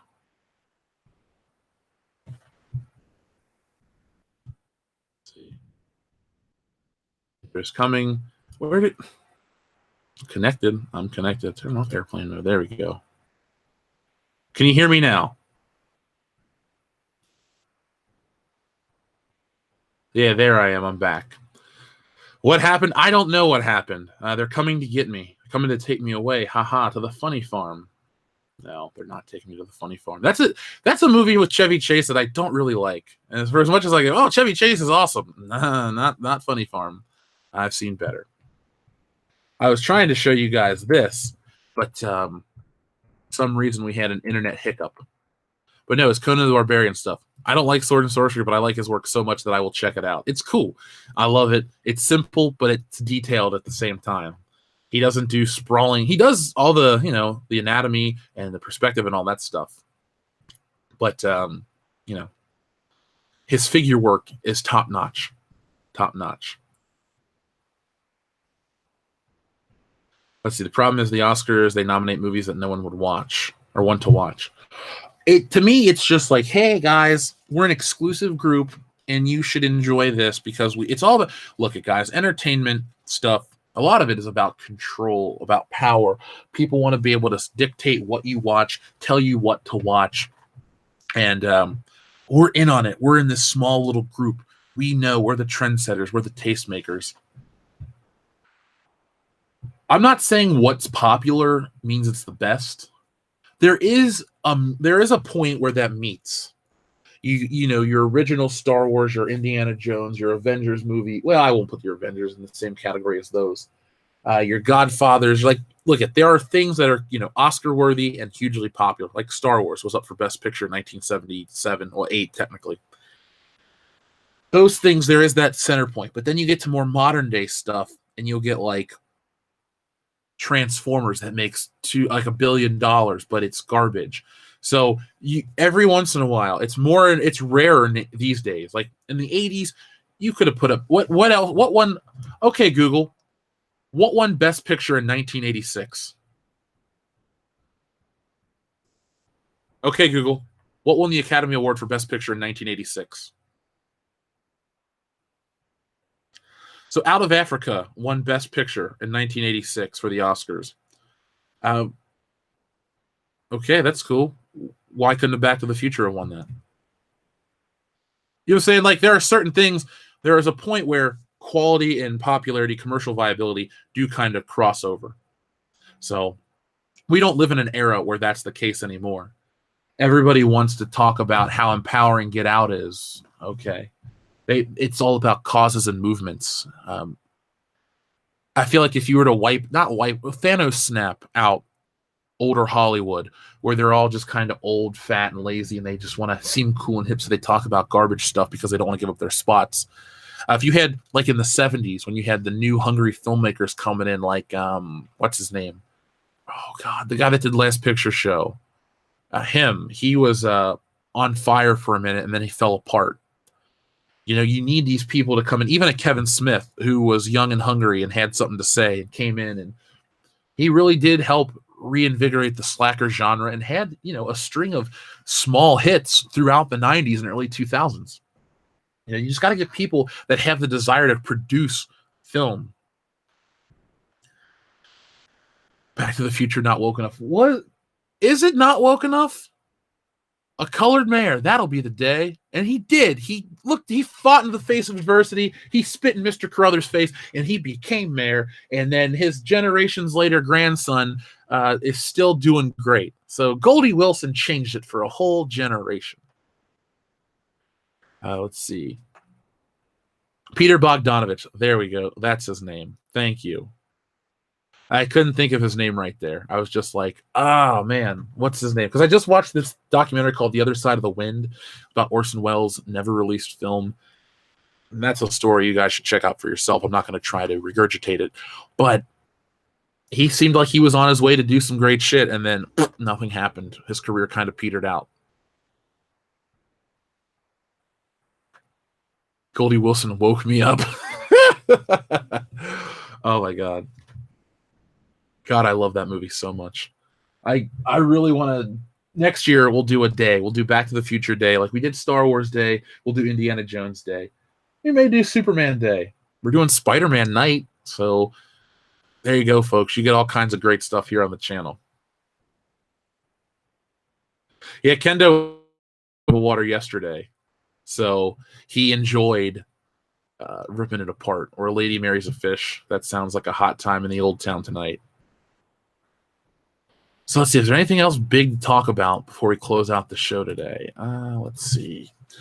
Take a look at some more John Buscema artwork while I do that. Enjoy the power of some great Avengers arc, and also pay attention to the Black Panther's mask. It's kind of weird. Here it is right here. I'll show you a close up of it. That is the Black Panther, and I do not like that face at all, one bit. Black Knight. He's a pretty kick-ass character. There you go, Trent. That's Black Knight. That figure I picked up. It is weird, too, if you look closely here at this Marvel Avengers cover mock-up, you can see where Black Panther's mask was changed to add the bottom of his face. And it's not a good design choice, I think. I prefer that covered face with the ears. He looks really, really cool. He almost looks like a stealthy Batman, but he's nowhere near the quality of character as Batman.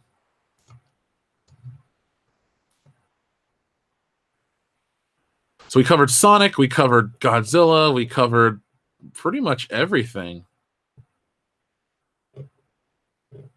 So it looks like DC might be dead because Amy Adams thinks she's done playing Lois Lane and that the DC movies are being revamped. You know what? We'll check that out real quick. That'll be a nice closer.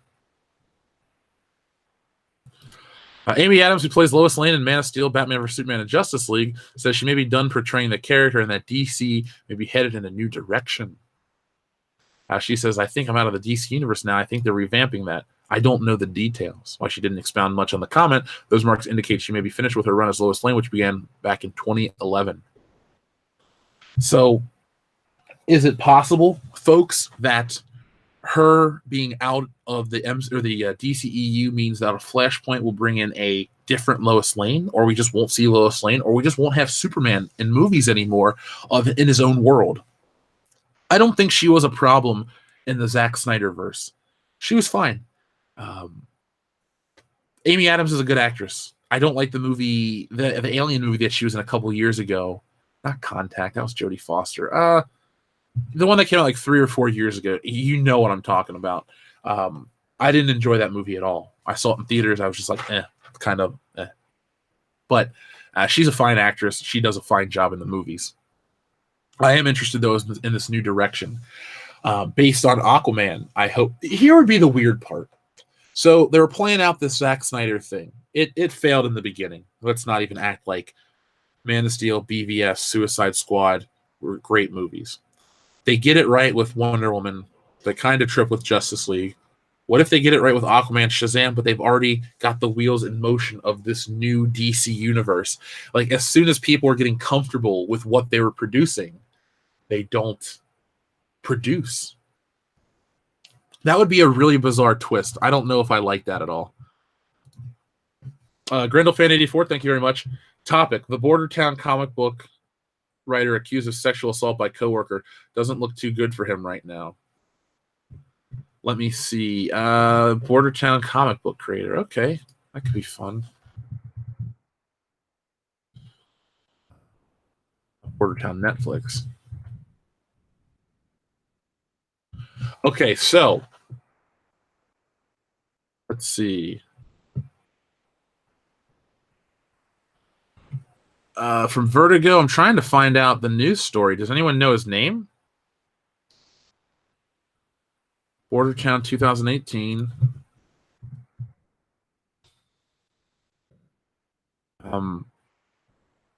I can't. Can you tell me his name, Grendel fan? Because I'll look into it.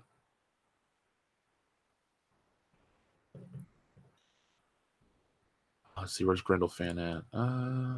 Looking for your face, man. Yeah, tell me his name. The Arrival. That's the name of the movie. Okay. Hate Yourself with Lois Lane. I'm fine with that. It's either Idris Elba or Michael B. Jordan should be playing Lois Lane. And if not, if you disagree, you're a terrible human being. And I ask you to please leave. That's all I can say. Please go. So, oh yeah. Where is the Bordertown guy? I'm trying to, I wanted to talk about that, but I can't find anything about it. Bordertown News. Eric M. Esquivel. Okay. Oh, okay. That's his name. People were saying Esquivel. I'm like, who is that? Let's see. Eric M. Esquivel. Copy, paste. News. I'm not. When you Google him, you get his Wikipedia page, you get his Twitter, you get his Facebook. He got death threats back in July, but I'm not seeing anything new from let's see, settings.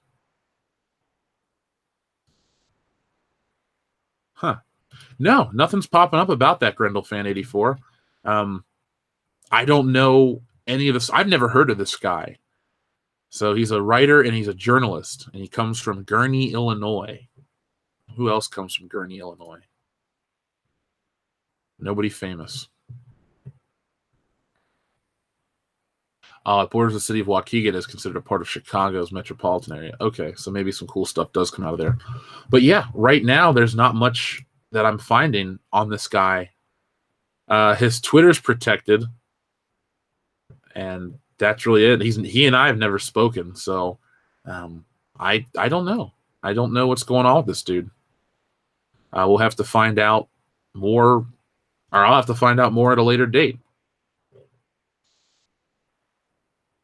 I'm looking at the chat to see what's going on with him. The Umbrella guy covered it. Oh, shit. I'll have to watch that then. I've had that guy on the channel before. Grendel fan, if you want to just ask me another question, just tag me in it. Cesare Japan, thank you very much. Netflix is adapting anime Saint Seiya. Change one of the effeminate male characters to female. Managed to piss off entire Latin America, which has a huge fan base.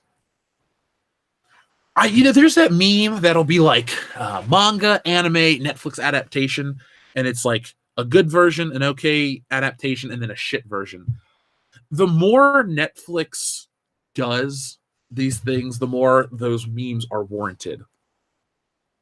I do not hold my tongue when it comes to Netflix. I don't ever go, oh man, Netflix has really put out some quality content. Maybe I should give them a pass. No, everything they adapt or they touch, they seem to fuck up. They ruined Black Mirror. Their cooking shows are garbage. The only thing decent they put out is produced from the UK, that Great British Bake Off show that my mom likes. That's a fine show because it keeps away from this Netflix agenda that people... It's funny. You say this stuff, and then people go, oh, you're crazy, and they ignore you. But then you throw some facts at them, and they start to listen. And then when something they like gets adapted and changed, then they realize you were right the whole time. It's a weird feeling. Nobody wants to listen, and they're like, oh, shit, you were right the whole time. And then they realize everything's doing this right now. I don't understand why you would change an effeminate male character to a female. It's funny, nobody talks about She-Ra and the Princesses of Power anymore. It was a thing that came out. People talked about it. It kind of died a quick death. Netflix won't release the numbers for that because it doesn't play into the narrative. They'll release numbers coincidentally for, the Marvel shows that are getting the plug pulled, but they won't do that. In terms of this, I don't like Netflix. I think Netflix is almost like the death spiral. They did that Death Note live action thing that people shit on. Why not Netflix stop adapting anime? I know you think there's money in it. Why not just put Crunchyroll and Funimation out of business, their streaming services, by offering, their stuff and more, and maybe, funnel some money into a dub of I want to watch Fist of the North Star, but I can't find it outside of being subtitled on Hulu, and I don't want to pay, or I don't want to watch a subtitled anime. Yeah, sorry, I'll watch that shit, but I don't enjoy the original voice casts. I want to be able to listen to what I'm watching. I don't dig it. I did that for Death Note, and then I realized I could change the audio, and I did, and I rewatched the episode. But yeah, every character is someone's favorite character. Like, I'm going to take off this Avengers picture from the screen, but even fucking Giant Man or Goliath or whatever he's called here at this point is somebody's favorite character, or Claw or Black Knight or Hawkeye. Characters that some of us may hate or think are boring. Someone out there, that's their favorite character. And Netflix doing those things, like changing the race or the gender or these things, there's just a backlash that comes with them every time. It's a lesson that these certain places never seem to learn. I guess because they're so high up and mighty, and they feel like, oh man, we can do no wrong. We can do anything we want because we're Netflix and we have $300 stocks and this and that. To a degree, you can do a lot, but there's a reason why you have to shill out $100 million really quickly for Friends, because why people stay with your service. They like the convenience, and they like to watch the same shit they like. I've never bought the Power Rangers on DVD because it's on Netflix. I'm sure I've paid for the DVD sets 10 times over. Same quality of picture too. But I like having that there. I think Netflix and a lot of these streaming services are best operated when they are a hub for things you can't get elsewhere. Like, for a while, they had Spider-Man, the animated series. That was fantastic. So I do feel bad for people that are having their favorite things adapted and ruined. And I feel bad for them. That's all I can say, Cesare Japan. I care. I may not sound like, oh man, I'm so pissed off. I don't know the character. But that's tantamount to them saying, oh, now Lupin the Third is going to be a blonde woman. I'm like, what the fuck? Like, I'm not even sold that they changed the theme song to the show, let alone changing the character. Tradition's not a bad thing, folks. I'm not saying you got to live in the past, and I'm not saying you got to glorify the negative things of the past, the stereotypes, the Al Jolsons of the world, in terms of the jazz singer. But there are certain things that do work. There are certain things that are time-tested. Why alter those things? Why not make those things great? Why not give those people, the reemergence of something classic and fun? Let's see. Grendel Fan 84 says Cynthia Noggle is the name of the accuser. Huh. Now let's Google her and see if anything pops up. No. Nothing's popping up for her story. Oh, wait. Oh, okay. Bleeding Fools covered it. And then it's just a tweet.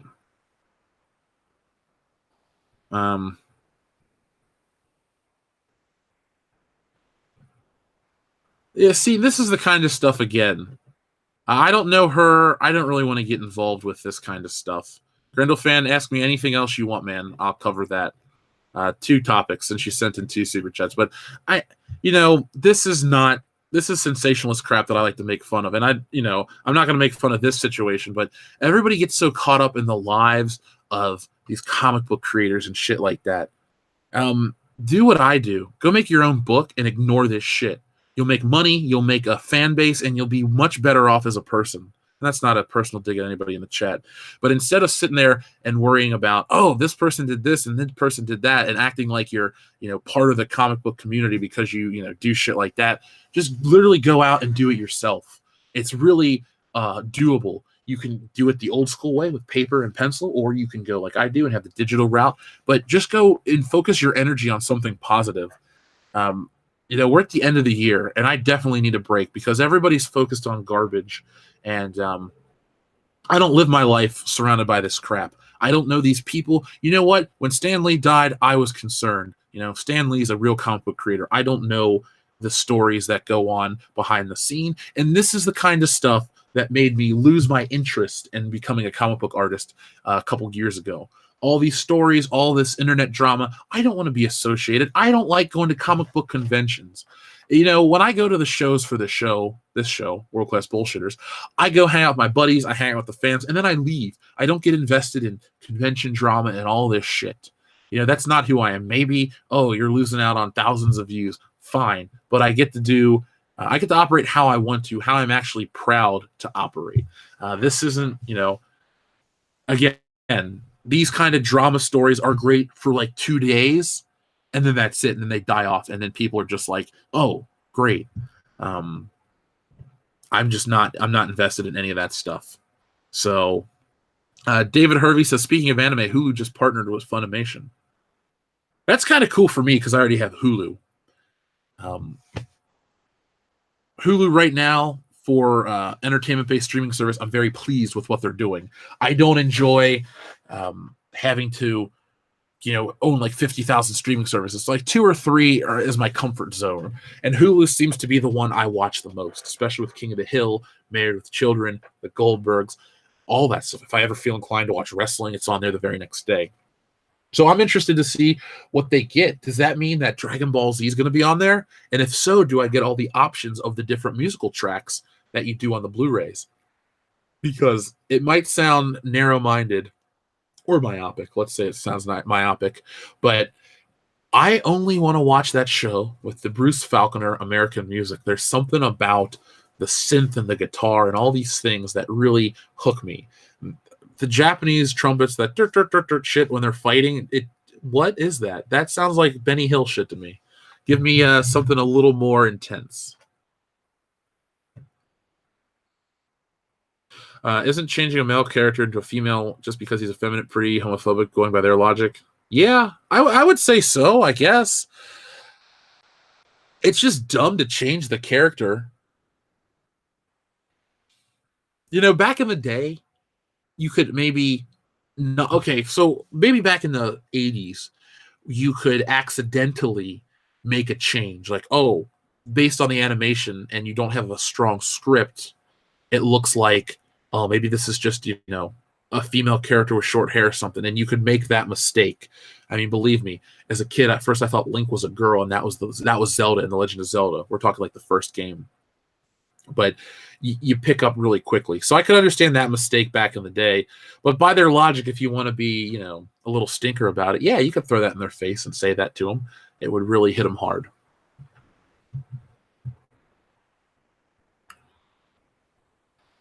So let's see. Grendel fan, did you send anything else? Because I said I'll answer your questions. I'm not invested in abuse allegations and stuff like that. Yeah, Barbarella Alpha, I don't like going to conventions either because of that stuff. Plus, I don't like cosplayers. I mean, they're fun to look at on the internet, but when you're trying to meet, like, Mark Begley or some guy that you've been a fan of for your whole life, and some fucking kid with a fake cloud hits you and goes, I'm walking. I'm like, bitch, I'm paying for something. Go away. I know it's a double-edged sword because all those dumb people do bring in money to the convention, so the convention has to accommodate them.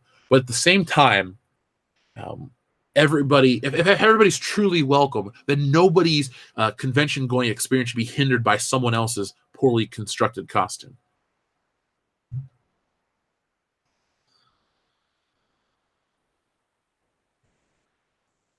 So let's see. Sire J. Longstroke says, I worked in a Chinese factory this summer. How was it? Did you? I'm assuming you made it out because we've heard from you quite a bit. So I know you're alive and well. But I hope you produced some of those excellent Jyn Erso and Cassian Andor figures that are being reshipped to Walmart. Trent, your story is a great way to end the show. Let's see. Let me pull that up while we read a few more super chats.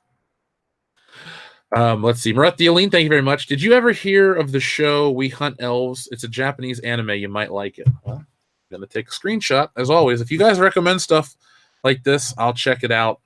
At least I'll have a document that I'm going to want to check it out. But as of now, I haven't heard of it. I haven't heard about any of these shows so far. The High Council's on Geeks and Gamers if he doesn't magically disappear. He was supposed to be here the last 2 weeks, but life stuff happens. So it's Jeremy this week. If for some reason Jeremy gets sucked into a time warp, it'll be my turn. So whatever. But I'm next week. I don't know. We haven't discussed how far into the year we're doing the High Council, but once I go away for the end of the year, I go away for the end of the year. So there may be, I don't know, an episode without me again. Who knows? Grindlefan84, thank you very much. Cosplayers are why I dread going to C2E2. They take up so much space just standing around while you're trying to walk around them. Dude, let me tell you, because you've worked conventions, I've worked conventions. I have lost so many sales of artwork when I'm sitting there, you talk to people, you make the connection, blah, blah, blah. They're starting to look at your stuff. And then some fucking dude dressed as Princess Leia in a gold bikini bumps into you. And then all these people stop in front of your table to take pictures. Like, cosplayers are the most unaware individuals of how they kind of damage the economy of conventions. Because to me, I look at cosplaying as a sign of narcissism. It's like, look at me. It's like, great. I look at you. You're in a shitty wig in a fucked up suit. What are you, some Japanese school kid from Persona? Awesome. What do you want? You're not the game. You're not going to have the powers in the game. I don't get to play, I can't control you like I can control a game. What do you want out of me? I'm not enthused. Even the Star Wars guys are cool to a degree, but when you have 50 stormtroopers standing around you and they're like huffing and puffing because they can't, comfortably wear a suit, it's like, I get it. It's meant to be fun, but it's a lot like certain holidays where, it seems fun in theory, but it's a lot of work to get to that one point. And then when it's over, you're really happy. A lot of cosplayers, a lot of conventions are a lot of the hustle and bustle to get there. And then you get there and it's just dead.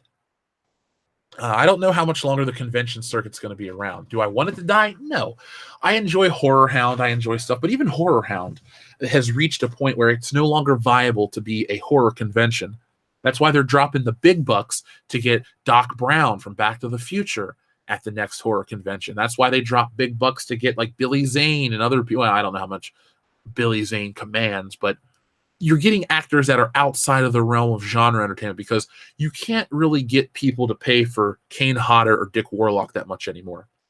Or you can't get people to come in and like by the dozens for Bill Moseley, actors that have been in horror movies that people just don't, we've seen them before. With a lot of these conventions, it's once The Walking Dead died, you saw a decline in zombie stuff. So people aren't dressing up as zombies the same way. The actors don't come to the show. It's just not a hot property. You get these Wizard World conventions where you'll get Chris Evans or Tom Holland, but it's like $400 to meet them and all this crap. And when you go to the show and you take your one Spider-Man Homecoming Blu-ray to get autographed for $400 and then you leave. Or you walk around and waste people's time, but you've blown all your money. I think a lot of people fail to understand conventions are an investment on the vendor's end, the exhibitors, the hosts, the halls end, and the people that come in.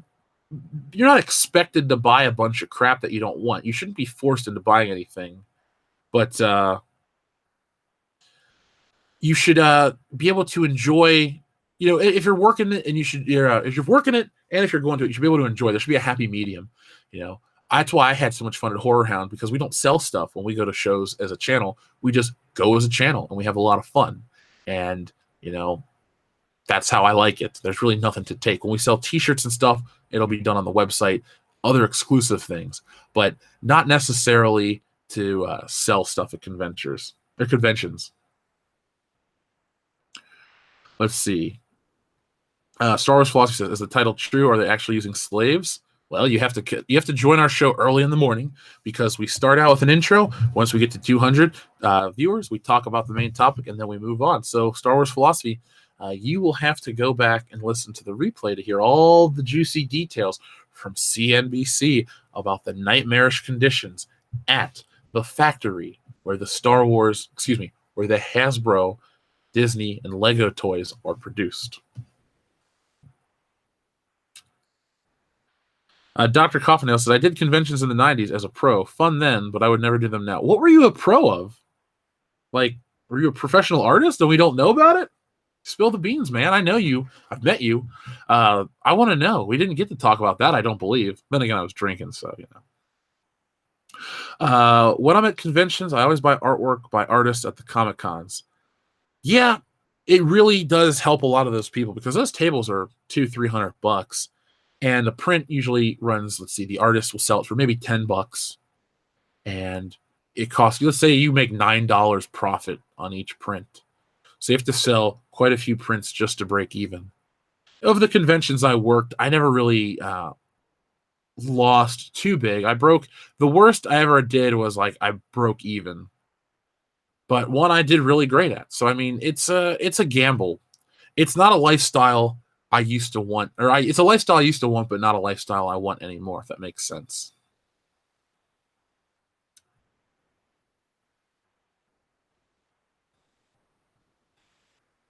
Yeah, mail me some of it, Dr. Coffinails. I definitely want to check it out. That'll be a lot of fun. Yeah, Gretel fan, 200 to 300 if they're lucky. I know our table stuff at Whorehound was $500 for the one we're doing in March. So there's a cost that goes with it.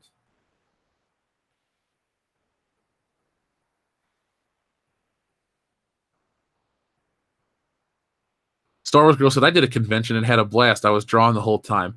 I'm not saying they're not fun, but they are, if you look at it from a business standpoint, there is a, how do I want to phrase it properly? There's an expectation versus a reality situation. If you're going just because, like, oh, you're giving out free stuff, it's fun, believe me. Like I said, the last one I went to was just like that, and it was fantastic. But when a lot of these people go and, you know, art is not a career that makes you a ton of money. You're banking on certain things. And when it doesn't deliver, well, then damn it doesn't deliver and you got a problem. Barbara Alf has an interesting point. Some people like a character, and then there are those types of fans that like to make their own interpretation of a character based on their shitty / fan fiction. They have no respect for the canon at all. Those make me laugh. Those make me laugh a lot. Comic-Cons are why Amazon rules the bottom line. Maybe so. For me, comic conventions are great to support the vendors. I don't go to the comic conventions around here anymore. They're just, like I said, I really don't want to go deal with a bunch of kids running around in costumes. Like the little kids, like if they put on a Halloween costume and they're trying to be Captain America, don't ever ruin a kid's fun. You know, they're young once. They're only innocent for so long. Don't make them, don't slap them with the real world and ruin it for them. Let them enjoy the fun time that they'll never recapture. But when you got the dudes all dressed as like Master Chief and they're like sweating on the floor through their costume and they're picking up stuff and ruining stuff, that's where the problem begins with me. Let's see. I have a fan fiction where Wonder Woman was attracted to me. Wait, that's just my crush on Gal Gadot. Well, hold those up. I think a lot of us have a crush on Gal Gadot. There's nothing wrong with that. If you write it as a fan fiction, you change the names, you might have the next Twilight or 50 Shades of Grey. Remember, folks, if that happens, it happened here on this channel. 10% ownership. Just putting it out there. Oh, so let's see. Here's a funny way to close out the day. So I always talk about the ineptitude of Star Wars toys. I always talk about, oh man, it can't get any worse. Well, it just did. So for those out there, remember, I don't know, 6 months ago, we made a little video called the 3-cent Star Wars toys, where folks were discussing, or I was discussing, how one of our listeners was able to pick up the Cassian Andor and Jyn Erso figures on the cheap? Well, if you missed out on those figures because you couldn't get them clearanced out from Toys R Us, you can't find them at Ollie's or Tuesday Morning or Gabriel Brothers or any other store out there that can't give Star Wars toys away, well, then you're in luck, because fresh shipments of Jyn Erso and Cassian Andor are hitting store shelves at your local Target for full price.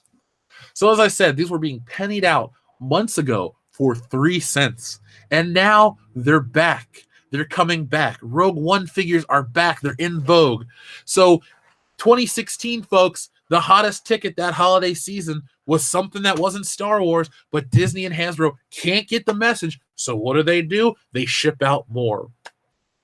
To me, this is, well, I always talk about how these back shipments, where do they go? Where are they? There's more produced than we see because it reaches a store and it stops. We have all this episode 7 stuff that never really reached toy stores, but it went directly to Ollie's. They got fresh cases of this stuff in. It sat somewhere, be it Toys R Us, Target, Walmart. Somebody bought it. It was shipped to somewhere, and it just sat on a loading dock. And now 2 years removed, because we are 2 years removed from the Rogue One movie, more Rogue One figures are coming out. Now, you'll have your fanboy say, well, Cassian Andor's got his own TV series. That's why they're re-releasing the figure. No. These are the same fucking toys that came out 2 years ago. These have been produced for years and years. They're just waiting. They're just waiting to sell them. Because I bet you $1 million Cassian Andor ain't wearing that same outfit in the show. He's not going to be wearing that. And Jyn Erso isn't going to pop up. She's in a prison somewhere. Or she's on the run with Saw Gerrera. So, just when you thought Hasbro couldn't do anything dumber, they do. They do this. They ship these out. So if you're out there in the stores and you see your Rogue One action figures for full price, no, they aren't new toys. They're just old toys that somehow found their way back into the system. So I hope you guys take pictures of it and send them to me if you guys see these Rogue One figures, because I've called it months ago. The shit, it doesn't reach stores. It's really not a hard thing to follow. Everybody wants to play armchair economist. I'm not even playing armchair economist. I'm playing this is how it works. It goes from the Hasbro to the stores. If it doesn't sell through, they don't put out new cases. If shit sits and sits and sits and sits, you'll get, maybe they'll order case 3 and you'll skip case 2 and you'll never find your Dr. Aphra or stuff like that. So Cassian Andor, he is the oddest choice for a Star Wars television series. The only reason they would include him in a show, they think he's a brand. Great job, Kathleen Kennedy. Just like you forgot how to submit Solo to the Oscars because you the dog ate your homework or your ballot. But Cassian Andor, you're only using him because he can be from the original trilogy era, so you can throw in X-Wings and TIE Fighters and Stormtroopers and go, oh, my feels. There they are. Great Fan 84, thank you very much again. The worst, a cosplay Hawkman with wide wingspan. I just had... Were the wings at least good looking? That's what I want to know, Grendel fan. With that kind of stuff, I get that. Oh, that's my dedication to my craft. Look, I get it. You like the character, you want to dress up, but just be considerate of other people, because I don't go to these shows to check out Hawkman. If I really liked Hawkman, I'd go pick up the Joe Kubert run. If I was a real big character of anybody from that era, I'd go pick up Hawkman comics or anything. But I'm not. So I just don't want to be smacked in the face by plastic wings. Or did he use real feathers? I'm sure it was impressive, but that's just not a costume I'd really wear to a convention. You know, people want to wear Batman suits, cool. You want to sweat through a rubber cow? Hey, suffer for your art. But don't hurt anybody in the process.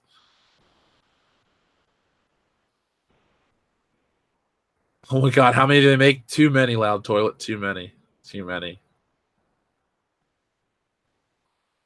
I love how people are like making fun of this whole situation. Yeah.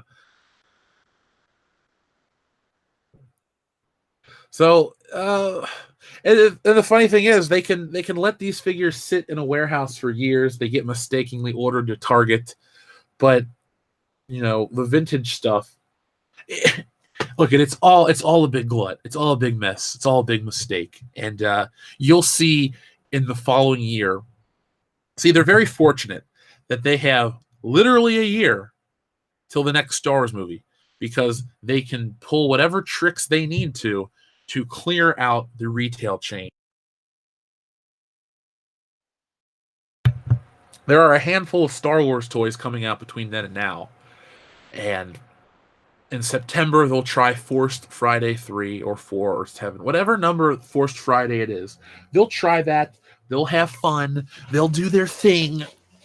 You'll get the same guys that went out before that will ardently defend all of these products, all these mistakes. I gotta go out and buy the new Rey. She's got a green lightsaber. Okay, cool. And then you know what? 6 weeks later, it's at Ollie's for $2.99. I had to have it right away. Cool, man. If you would have waited 4 weeks, you could have got it at Kroger for $1. I had to have. Why did you have to have it? I love Star Wars. You are the worst type of fan. Disney loves you. You ruin the product. Hold your shit to a higher standard, folks. I do. You should. It'll help everybody out in the long run.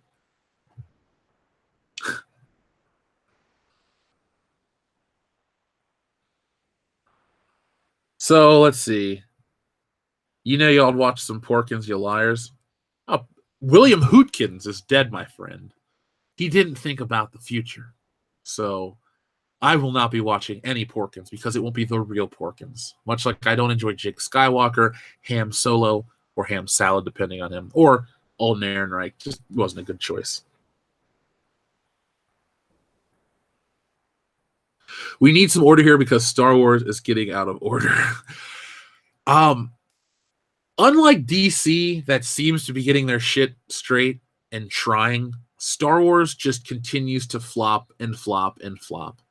And you'll always have those who make excuses. You will have those who are genuinely pleased, and they're not stupid or wrong. They're just in the true minority.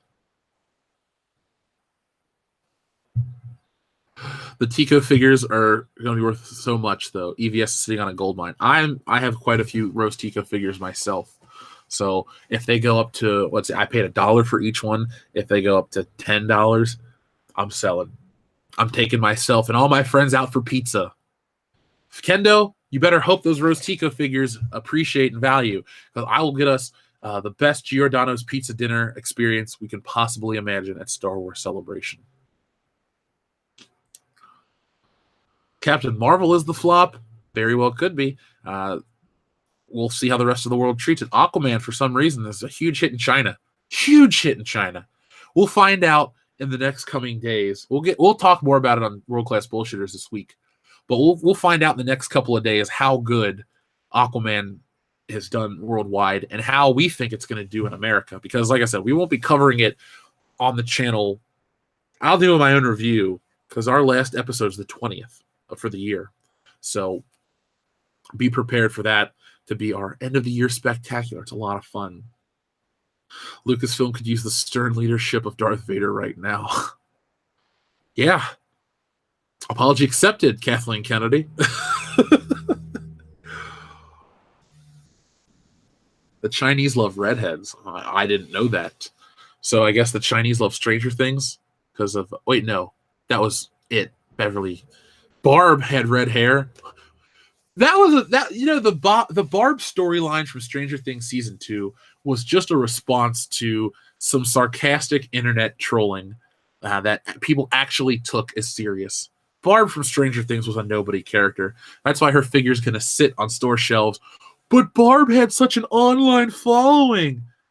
No, she didn't. People made those jokes because they were funny or not funny, depending on your sense of humor. Grendel-fan84 says, best part of Captain Marvel, the J. Scott Campbell exclusive covers. Hot.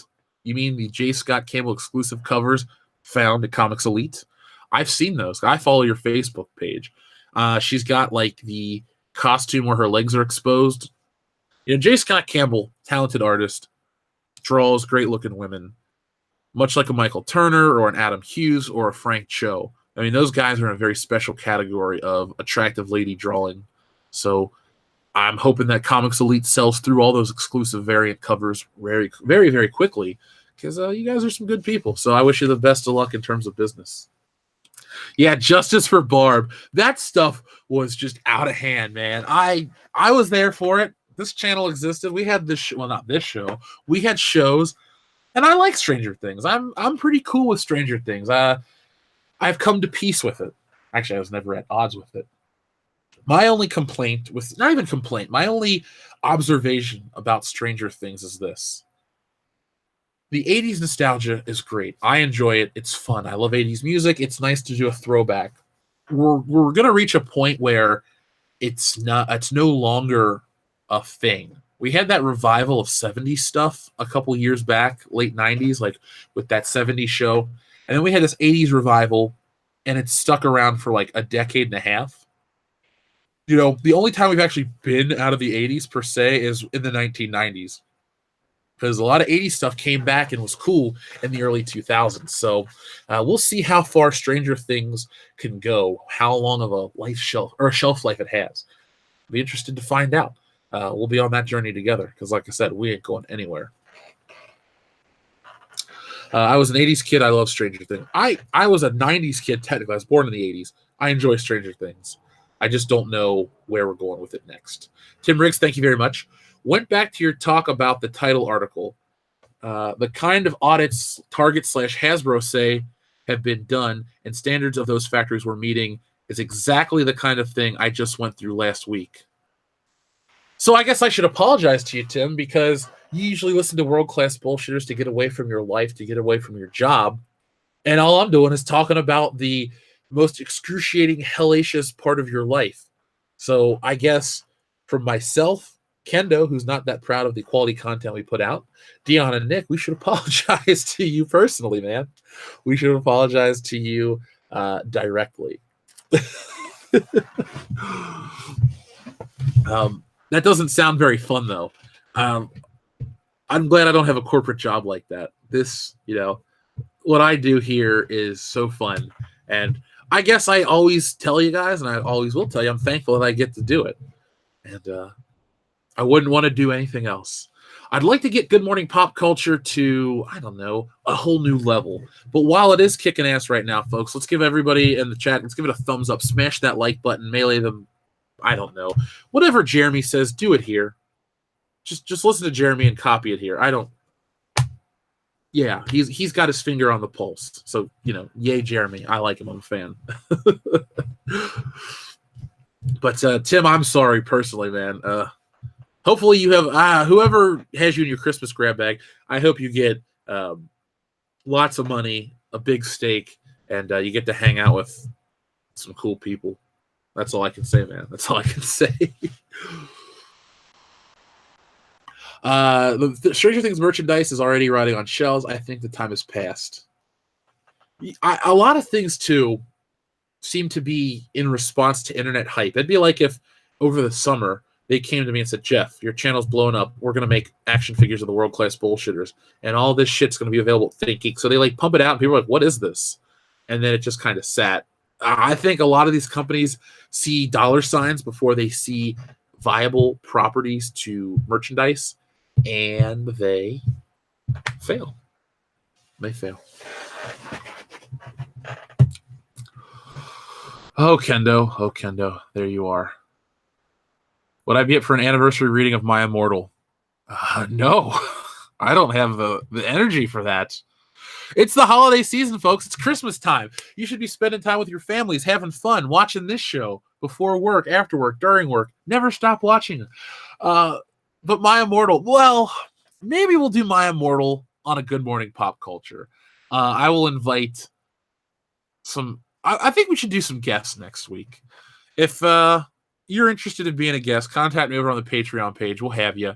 Hell, if I remember to do it, I'll see if I can get Google Voice to work on a Google Hangouts, and we can do some call-ins for the end of the year and have some real unique fun. And if it works out, we'll bring it back next year. We'll alter the format of the show, and we'll make Good Morning Pop Culture the must-see show that it's always meant to be. We'll find out. Oh, Kendo, you weren't on the My Immortals episode. I guess we should do it in your honor. But I don't know. I'll be the narrator. I can't physically do the Ebony Darkness Dementia Raven Way shit. Hashtag Spider-Man for Smash. That'd be amazing. I would use Spider-Man all the time. So, folks, it is 10:03 a.m., which means it's time to bring Good Morning Pop Culture to a close. I'd like to thank everybody who has helped World Class Bullshitters grow. Make sure you guys hit that like button and share these videos. And before you go off of YouTube, go check out another video. Helps us become more searchable in the index, helps us out, helps us grow. And next year is going to be the biggest year. You know, I always talk about 2018 as was our year. It was our year. It was fantastic. My life is completely different than it was when the year started. And each and every one of you are responsible for that. So as always, thank you very much. Next year, though, we got a lot to cover. We got multiple things. We're starting strong. We got Star Wars Celebration. We're closing out with Episode 9, Dishonored Son, or whatever the hell it's going to be called. So be prepared for that. Make sure you guys are subscribed. You have your bell notifications turned on. Hold on, wait. Alpha Terranima's here. Reboot the My Immortal reading trilogy with Idris Elba as everyone. Also, here's some of my birthday haul. Oh, thank you, Alpha Terranima. Thank you very much. Happy birthday. Happy belated birthday, man. Hope it was a fun one. If you're old enough to drink, hope you had a couple beers, if that's your thing. You know, the older I get, the less I want to do on my birthday. I had a party this year. It was awesome. Closed out the comic book. That was cool. But yeah, the older I get, the less I want to do. I probably want to hit 40. I'll be like, all right, kids and wife, I just want to drink 7 beers and fall asleep on the chair or something. I don't know. But happy belated birthday to you. And thank you very much. So I hope you guys enjoyed this stream. I hope you guys enjoyed the deep dive into the Godzilla stuff. You know, I talk about things, I talk about how they represent this and that, and today I got to actually go into deeper meaning and discuss that at greater length. So if you guys enjoyed that, let me know. I'm not saying every day is going to be a history lesson. There are days where there's tons of crazy shit to talk about. Yes, even some of the sensationalist bullshit I do like to cover, like YouTube Rewind, because it's so cringeworthy and dumb. If you haven't had a chance, watch our video. We cover the top 7 most hated videos on YouTube, and I laughed my ass off making the video. Seriously, I have never had so much fun making a YouTube video. Just go watch it. Go watch it and check it out. Stoic Lion. I'm in my 40s. Birthday's become less of a thing, except when I went to Vegas. Vegas is awesome, no matter what age. I love Vegas. When I get married, that's where my bachelor party's going to be. Hopefully, we don't lose Kendo. I mean, if we lose Nick, that's okay. We can replace him with... I better not lose him either. But I digress. Folks, I'll be back tonight. Geeks and Gamers, Jeremy's channel, The High Council.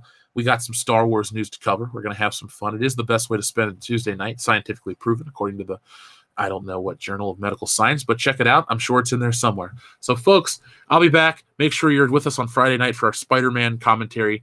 It's going to be a lot of fun.